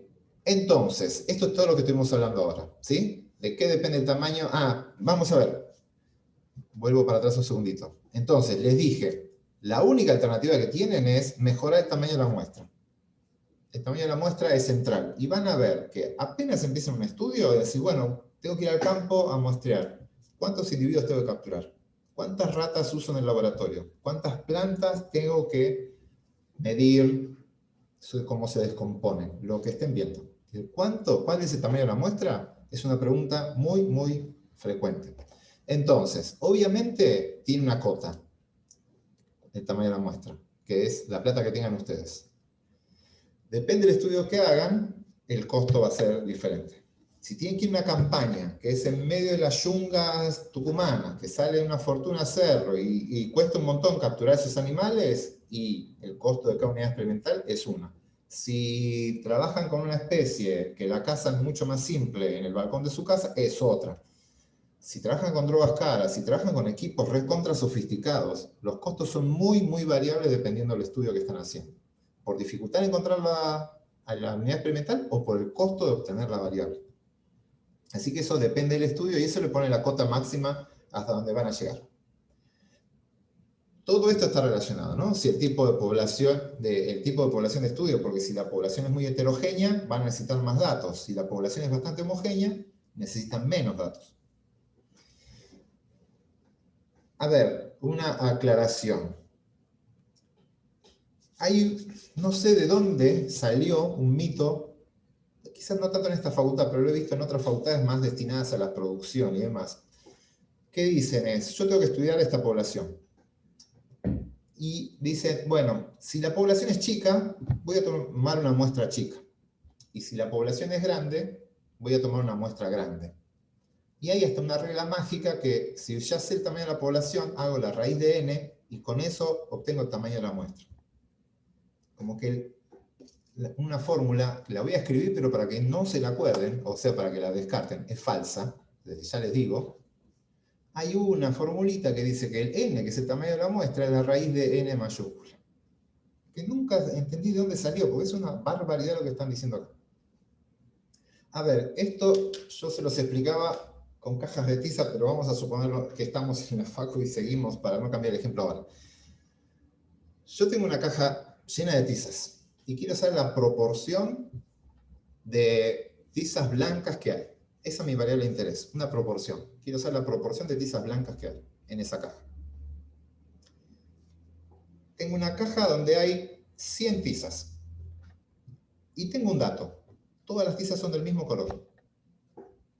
Las cajas son de un solo color. ¿Cuántas tizas necesito para saber la proporción de blancas? ¿Con cuántas tizas me arreglo? Una. ¿No? Porque saco una tiza, si es blanca, digo el 100% son blancas. Y si en roja, verde, qué sé yo, el 0% son blancas. No necesito más tizas que una. La caja es de 100 tizas, necesito una. Ahora la caja es de 1 millón de tizas. Pero todas del mismo color. ¿Cuántas necesito? Una. No depende del tamaño de la muestra saber cuánta la proporción es esa. ¿Por qué? Porque sé que la muestra es homogénea. Ahora le cambio el escenario. Tengo una caja de tizas, de 100 tizas, pero hay 17 colores distintos. No sé si hay 17 colores de tizas, pero supongo hay 17 colores de tizas diferentes. Yo quiero saber la proporción de tizas blancas. Si saco una sola tiza, ¿puedo sacar la proporción de tizas blancas que hay si hay 17 colores distintos? Ya no. Yo voy a tener que agarrar una cantidad de tizas importante y empezar a ver, mirá, en esta muestra, donde tengo 10% de tizas blancas, puedo hacer un intervalo de confianza, que no lo vemos, el de la proporción, pero puedo hacerlo, y puedo llegar a estimar la proporción de tizas blancas. Tengo 17 colores en una caja de 100. Ahora tengo 17 colores en una caja de 1.000.000 y tengo el mismo problema. El problema son los 17 colores, no el tamaño de la caja. Si la población es homogénea, caso 1, todas las muestras son iguales, todas las unidades experimentales son iguales, con obtener una sola unidad experimental, conozco el valor de todas. Sean pocas o sean muchas. Si la población es heterogénea, voy a necesitar muchos sujetos de medir a muchos individuos para que el promedio de esos individuos me diga algo de la población. Entonces, más que el tamaño de la población, lo que importa para el tamaño de la muestra es la varianza, el desvío estándar de la población. ¿Qué tan heterogénea es la población que están estudiando ustedes? Eso es lo central. Entonces, primero tienen que saber qué tan heterogénea es la población. Si la población es homogénea, pocos datos. Si la población es heterogénea, muchos datos. Obviamente después hay otras cosas que entran en juego, como el diseño de muestreo, que vamos a ver más adelante. Hay cosas que le van a ayudar a ustedes, pero el grado de homogeneidad de la población es central. Y lo pueden ver en este ejemplo, si puedo salir de esta diapo, acá. Al principio les conté esto. El error muestral era el valor crítico que sale de z, sigma raíz de n. Entonces, esto, yo puedo despejar, como está acá, el n. O sea, este n lo puedo despejar de acá. Paso este para allá, bueno, en realidad paso este multiplicando, la raíz de n multiplicando para acá, el error muestral pasa dividiendo para acá, y después aplico raíz cuadrada y me queda n. Perdón, elevo al cuadrado, saco la raíz y me queda esto. Esta expresión me dice directamente cuál es el tamaño de la muestra que yo necesito. Y fíjense quién depende. Está dependiendo de este valor, que depende de alfa, del nivel de confianza que tengan ustedes. Está dependiendo del desvío estándar, la heterogeneidad del proceso biológico que tienen ustedes. Y del otro que depende es del error muestral. El error muestral es el tamaño del intervalo de confianza que ustedes van a construir, básicamente. Ustedes vieron que es la mitad del intervalo de confianza, es ese pedacito. Entonces, recomendación cuando ustedes trabajen. Cuando ustedes tengan que empezar un estudio, es la primera vez que van a ir a un lugar a trabajar, y van a empezar un estudio, y el estudio sea estimar algo, pregúntense con cuántos datos voy a trabajar. ¿Cuántos datos necesito? Y para eso van a necesitar dos cosas. El alfa, todos van a trabajar con un 5% de error, salvo algún loquito que cambie eso, todos van a trabajar con eso. Así que este número, dudo que salga del 1,96. Así que de esto no se tienen que preocupar. Se tienen que preocupar de este valor y de este. De esto tienen que tener alguna aproximación, aunque sea una aproximación burda, pero alguna aproximación. ¿Y a qué me refiero? Si ustedes están trabajando con el nivel de cortisol en algún modelo biológico, seguro que alguien en ese laboratorio ya trabajó con el nivel de cortisol de ese mismo bicho, para otro estudio, en donde aplicó 10 tratamientos, pero en uno hizo el control, donde no aplicó tratamiento. Si ustedes sacan el desvío estándar de ese antecedente, les va a dar una idea si ese desvío estándar es 0,5, 428, 0,032, algo que los aproxime. No tiene que ser perfecto, una aproximación. Ponen ahí el dato de variabilidad. Y este dato de acá es la precisión con la que quieren trabajar. ¿Con qué nivel de error quiero? O sea, yo voy a estimar la altura de las personas. ¿Con cuánto querés? Y dame más o menos 10 centímetros. Bien, 10 centímetros, ¿te parece bien? Eso lo van con su director. ¿10 centímetros es una buena estimación para este tipo de estudios? No, es un montón. Dámelo a 5 centímetros. Listo. Ponen 5 ahí. Y hacen las cuentas. Si cuando hacen eso, en función básicamente de este número, y esto que fijan ustedes, les dice que necesitan 5.000 individuos, y ustedes tienen plata para 20, ni hagan el estudio, ni lo hagan. Porque la peor situación es que ustedes no hagan esto, tienen plata para 20, van al campo, consiguen, laburan, meses trabajando, obtienen los 20, llegan a hacen las cuentas y le dan un intervalo de confianza gigantesco. Hicieron todo el laburo y no dan nada de información novedosa. Esa sería la peor de las situaciones, cuando tienen una herramienta por lo menos para estimar eso. Así que hagan este ejercicio. Quizás este ejercicio no va a ser tan fácil, porque esto depende del sigma dato. Ahora les voy a contar una forma un poquito más precisa. ¿Estamos hasta ahí? ¿Dudas? Están hablando poco. Bueno, yo estoy hablando mucho, pero bueno, es así. Pero intervengan, consulten, hablen, porque necesito que tanto están avanzando. Y, a ver, una aclaración. Suele pasar que los que hablan y consultan son los que van más al día, o son los más profundos, que les interesa más y lo van llevando. Esa es como, dentro de ustedes se va a armar una distribución incluso normal, donde la mayoría están acá, va a haber algunos que están más avanzados con los temas, y hay otros que van quedando rezagados. La idea es esos rezagados que no se vayan quedando, porque la cola se va a ir haciendo cada vez más larga, porque todos van a ir avanzando y esa cola se va haciendo más larga. Consulten, porque el problema es que a mí me llega información sesgada, porque los que me consultan y me preguntan son los que están en la cola superior. A veces alguien del central, porque hay más gente. Pero es raro que alguien me haga una pregunta de la cola inferior. Entonces, tengo un sesgo que no percibo nada de información de ese grupo, y yo siento que están todos avanzando, y ese grupo lo estoy perdiendo. Y la idea es que todos avancemos. Así que los que se sientan que están en ese lugar, no se frenen. Si les da vergüenza o algo preguntar, me preguntan cuando terminamos la clase. Pero denme esa información, es importante para mí. Saber qué tanto están llevando estos temas, porque podemos ir más rápido, más lento, lo podemos manejar. Necesito saber esa información. Bien. Vamos a avanzar. Bueno, acá están los 3 puntos que están marcados ahí. Supuestos. Para poder hacer inferencia estadística, van a ver que todas las prácticas, todas las teóricas van a terminar con esta diapo. Esta no es la última, no se entusiasmen, quedan ahí un par más. Tenemos que seguir. No sé si vamos a terminar hoy, pero tenemos que seguir. Supuestos. ¿Qué quiere decir esto? Para que las probabilidades sean las que yo quiero, es decir, que el riesgo sea del 5% o la confianza sea del 95%, se tienen que cumplir ciertas cosas para que no nos estemos equivocando y el riesgo real, cuando yo trabaje y lo haga una sola vez, sea real el 5% de riesgo o el 95% de confianza, como preguntaban al principio. Entonces, siempre, todas las pruebas estadísticas van a tener estos supuestos. Tenemos que suponer ciertas cosas. ¿Qué tiene que ocurrir? Esta la van a ver en todas las pruebas. Muestreo aleatorio probabilístico.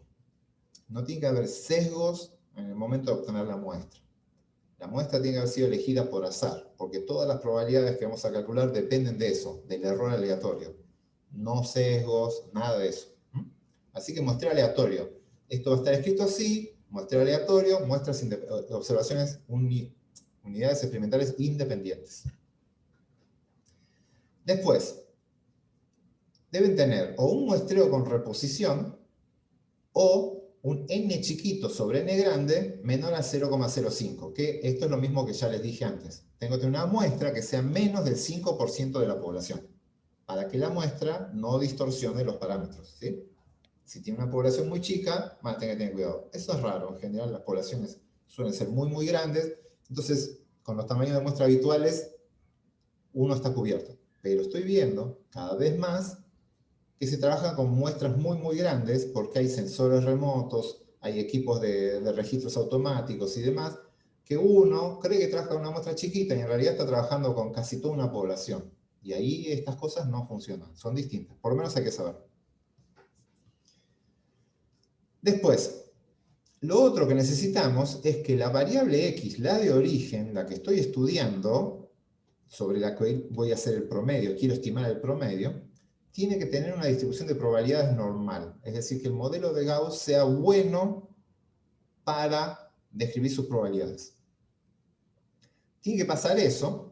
Si eso no ocurre, tengo que tener un tamaño de muestra suficientemente grande para invocar el teorema central del límite y decir, no me importa la distribución de X raya va a ser normal, porque el teorema central del límite me dice que si el n es más grande de 30, puedo aplicar.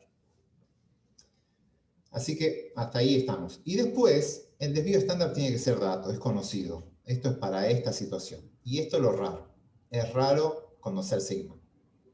Así que, como es raro conocer sigma, bueno, acá hay un ejemplo, pero voy a tener que cambiarlo, porque tiene un par de problemitas. Antes de pasar al otro. Este es un ejemplo, me gustó porque estos son indicadores sanguíneos, estos son datos sanguíneos de toros criados en la cordillera de Colombia. Son datos sanguíneos, y esto que están acá, en teoría, es la media de los distintos parámetros sanguíneos, y este es el desvío estándar, ¿ven? De la muestra de tamaño 39, este es el rango de valores, y acá está el intervalo de confianza para el 95%. Se escribe así, IC 95. Ese es el intervalo de confianza para el 95%. Quiere decir que el parámetro mu del nivel de glucosa de todas las vacas de la cordillera central colombiana, el mu de esa población, se encuentra entre 5,5 y 7. ¿Seguro? No. Con una confianza del 95%. ¿Se entiende? Estos son los rangos en los cuales voy a encontrar al parámetro, no a dónde están los individuos. El de los individuos está acá, con el desvío estándar. Esto me dice la dispersión de los individuos. En promedio, los individuos se alejan 2,1 micromoles por litro. Esto me habla del parámetro. Lo que les decía, esto tiene algún error, en algún lado lo estuve revisando, porque estos datos, normalmente, como construimos el intervalo de confianza, acuérdense, es la media más menos un valor fijo. Por lo tanto, la media tiene que estar en el centro de ese intervalo. Y esto no ocurre con alguno de estos. Estoy viendo el paper y dice que construyó el intervalo de confianza, pero algunas de las variables usaron una técnica diferente, porque no eran normales. No siguen una distribución normal. Entonces quizás sea por eso, pero en las que supuestamente era normal, algunas no ocurre. Pues fíjense, 6,4, que es la media, debería estar en la mitad de este intervalo, y eso no ocurre. Y no habla de que la glucosa no sigue una distribución normal, entonces puede que hayan usado otra técnica, pero de colesterol no dice nada, y creo que algunas sí coincide, y puede ser un problema de redondeo, y varias no. Pero bueno, nada, ese es un problema de este paper.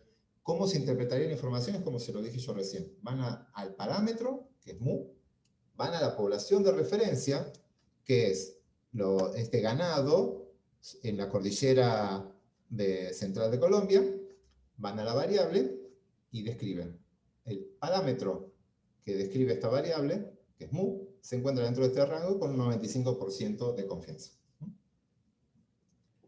La salvedad que les hago es que quizás este intervalo de confianza fue hecho con una técnica en alguna de estas variables distinta a la que hicimos nosotros y no les queda con la media en el centro, pero la interpretación es la misma.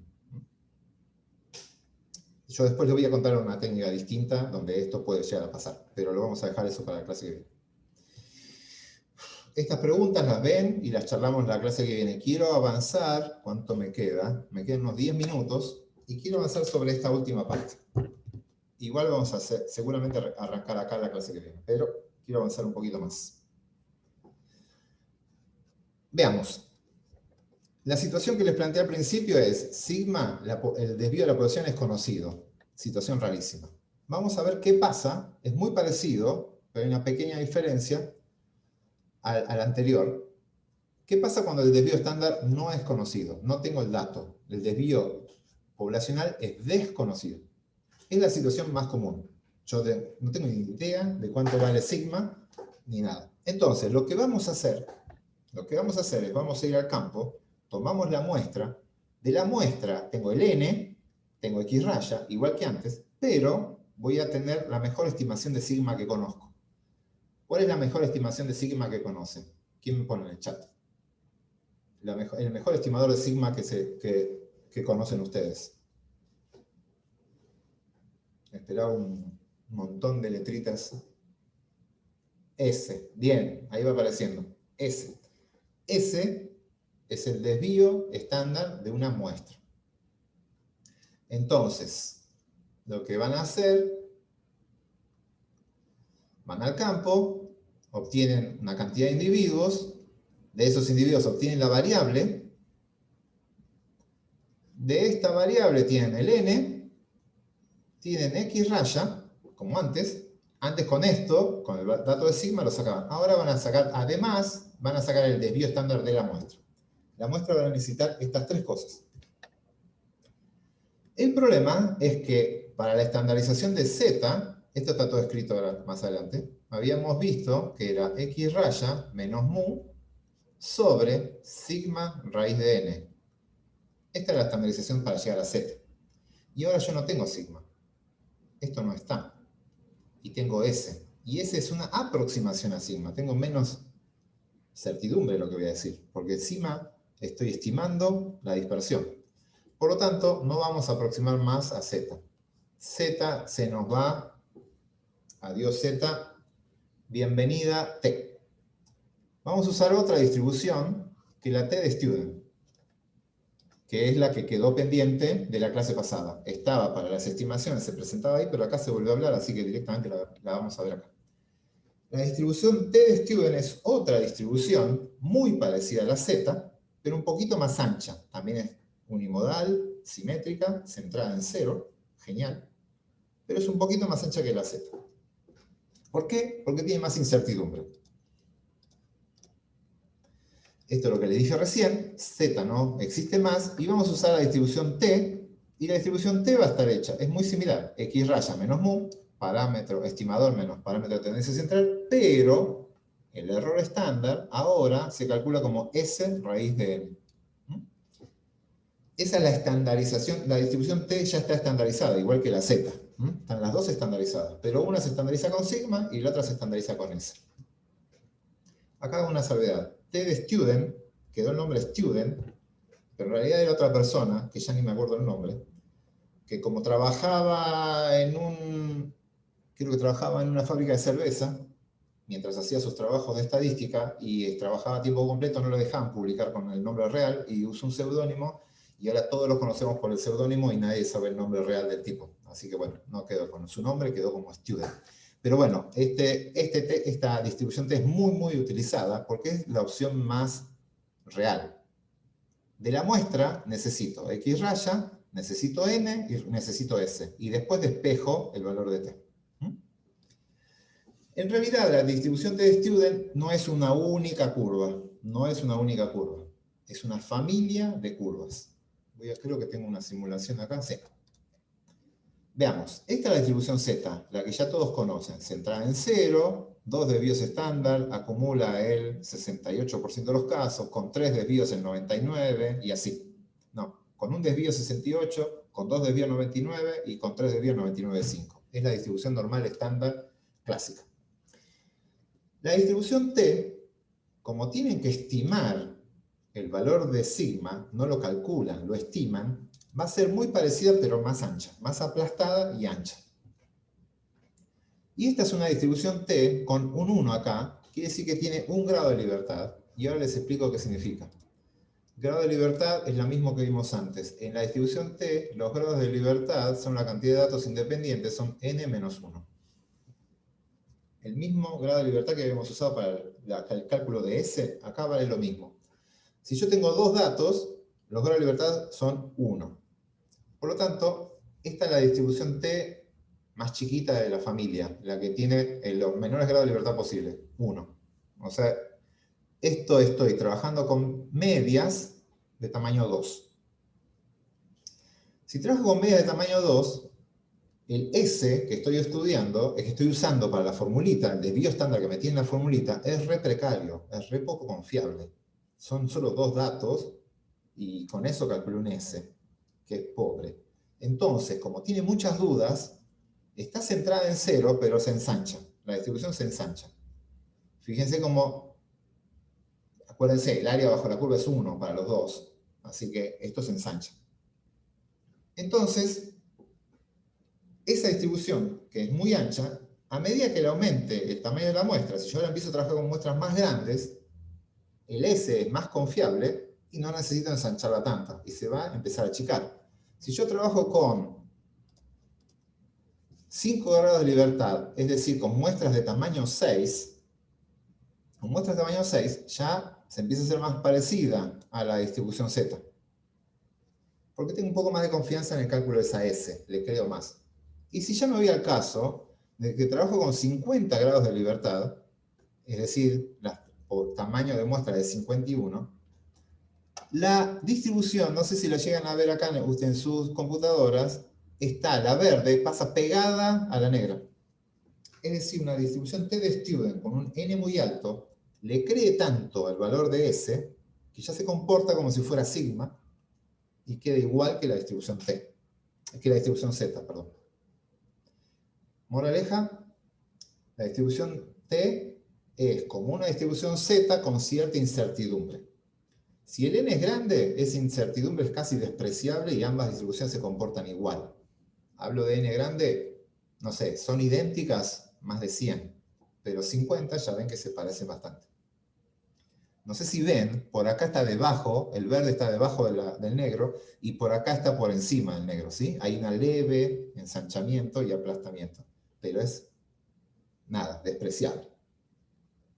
Entonces, ahora tengo que ajustar mis datos, no solamente el tamaño de la muestra está importando en el error estándar, sino que importa en la confianza que tengo en la distribución. El n aparece en dos lugares distintos.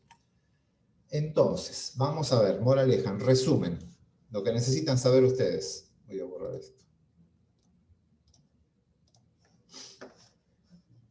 Cuando estoy trabajando con distribución muestral y con X raya, esto es lo que estaba de la clase pasada, la estandarización que van a usar es la de tstudent. Van a estandarizar a tstudent. ¿Cómo la hacen? De la muestra obtienen X raya, lo restan mu, no saben cuánto es mu, pero es lo que van a ustedes despejar después. Usan S en vez de sigma y la raíz de n. Entonces, la media es X raya. X raya, la media de mu, es la media de X raya es mu, o sea, X raya es un estimador insegado. El desvío estándar de X raya que voy a usar, que debería ser sigma, lo voy a aproximar con esto, sigma raíz de n.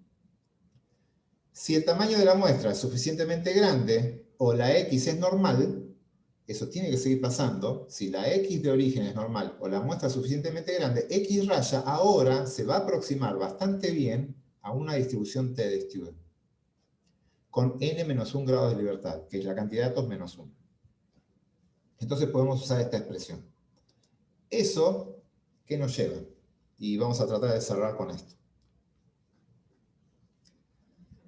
Nos lleva a esta expresión. ¿Recuerdan la del intervalo de confianza con Z? Cuando era sigma conocido, teníamos mu, el estadístico de tendencia central, X raya, valor crítico, error estándar. Este era el valor crítico negativo y este era el valor crítico positivo. Eso cuando sigma es dato. Cuando sigma no es dato, X raya es el mismo. El parámetro que quiero estimar es el mismo, obviamente. X raya es el mismo. La distribución ahora cambió. En vez de ser Z, va a ser una distribución de T. Pero aparece el n-1 acá. Para la distribución T hay que decirle con cuántos grados de libertad estoy trabajando. Y en vez de sigma, aparece S. Pero el resto es la misma estructura. Por lo tanto, ese es el límite inferior, el mismo razonamiento. La expresión que voy a hacer es, a la media muestral, le voy a sumar y restar un valor crítico, que ahora será una tabla de T. Nada, depende de alfa y del n. Y lo voy a multiplicar por el error estándar nuevo, que es S por raíz de n.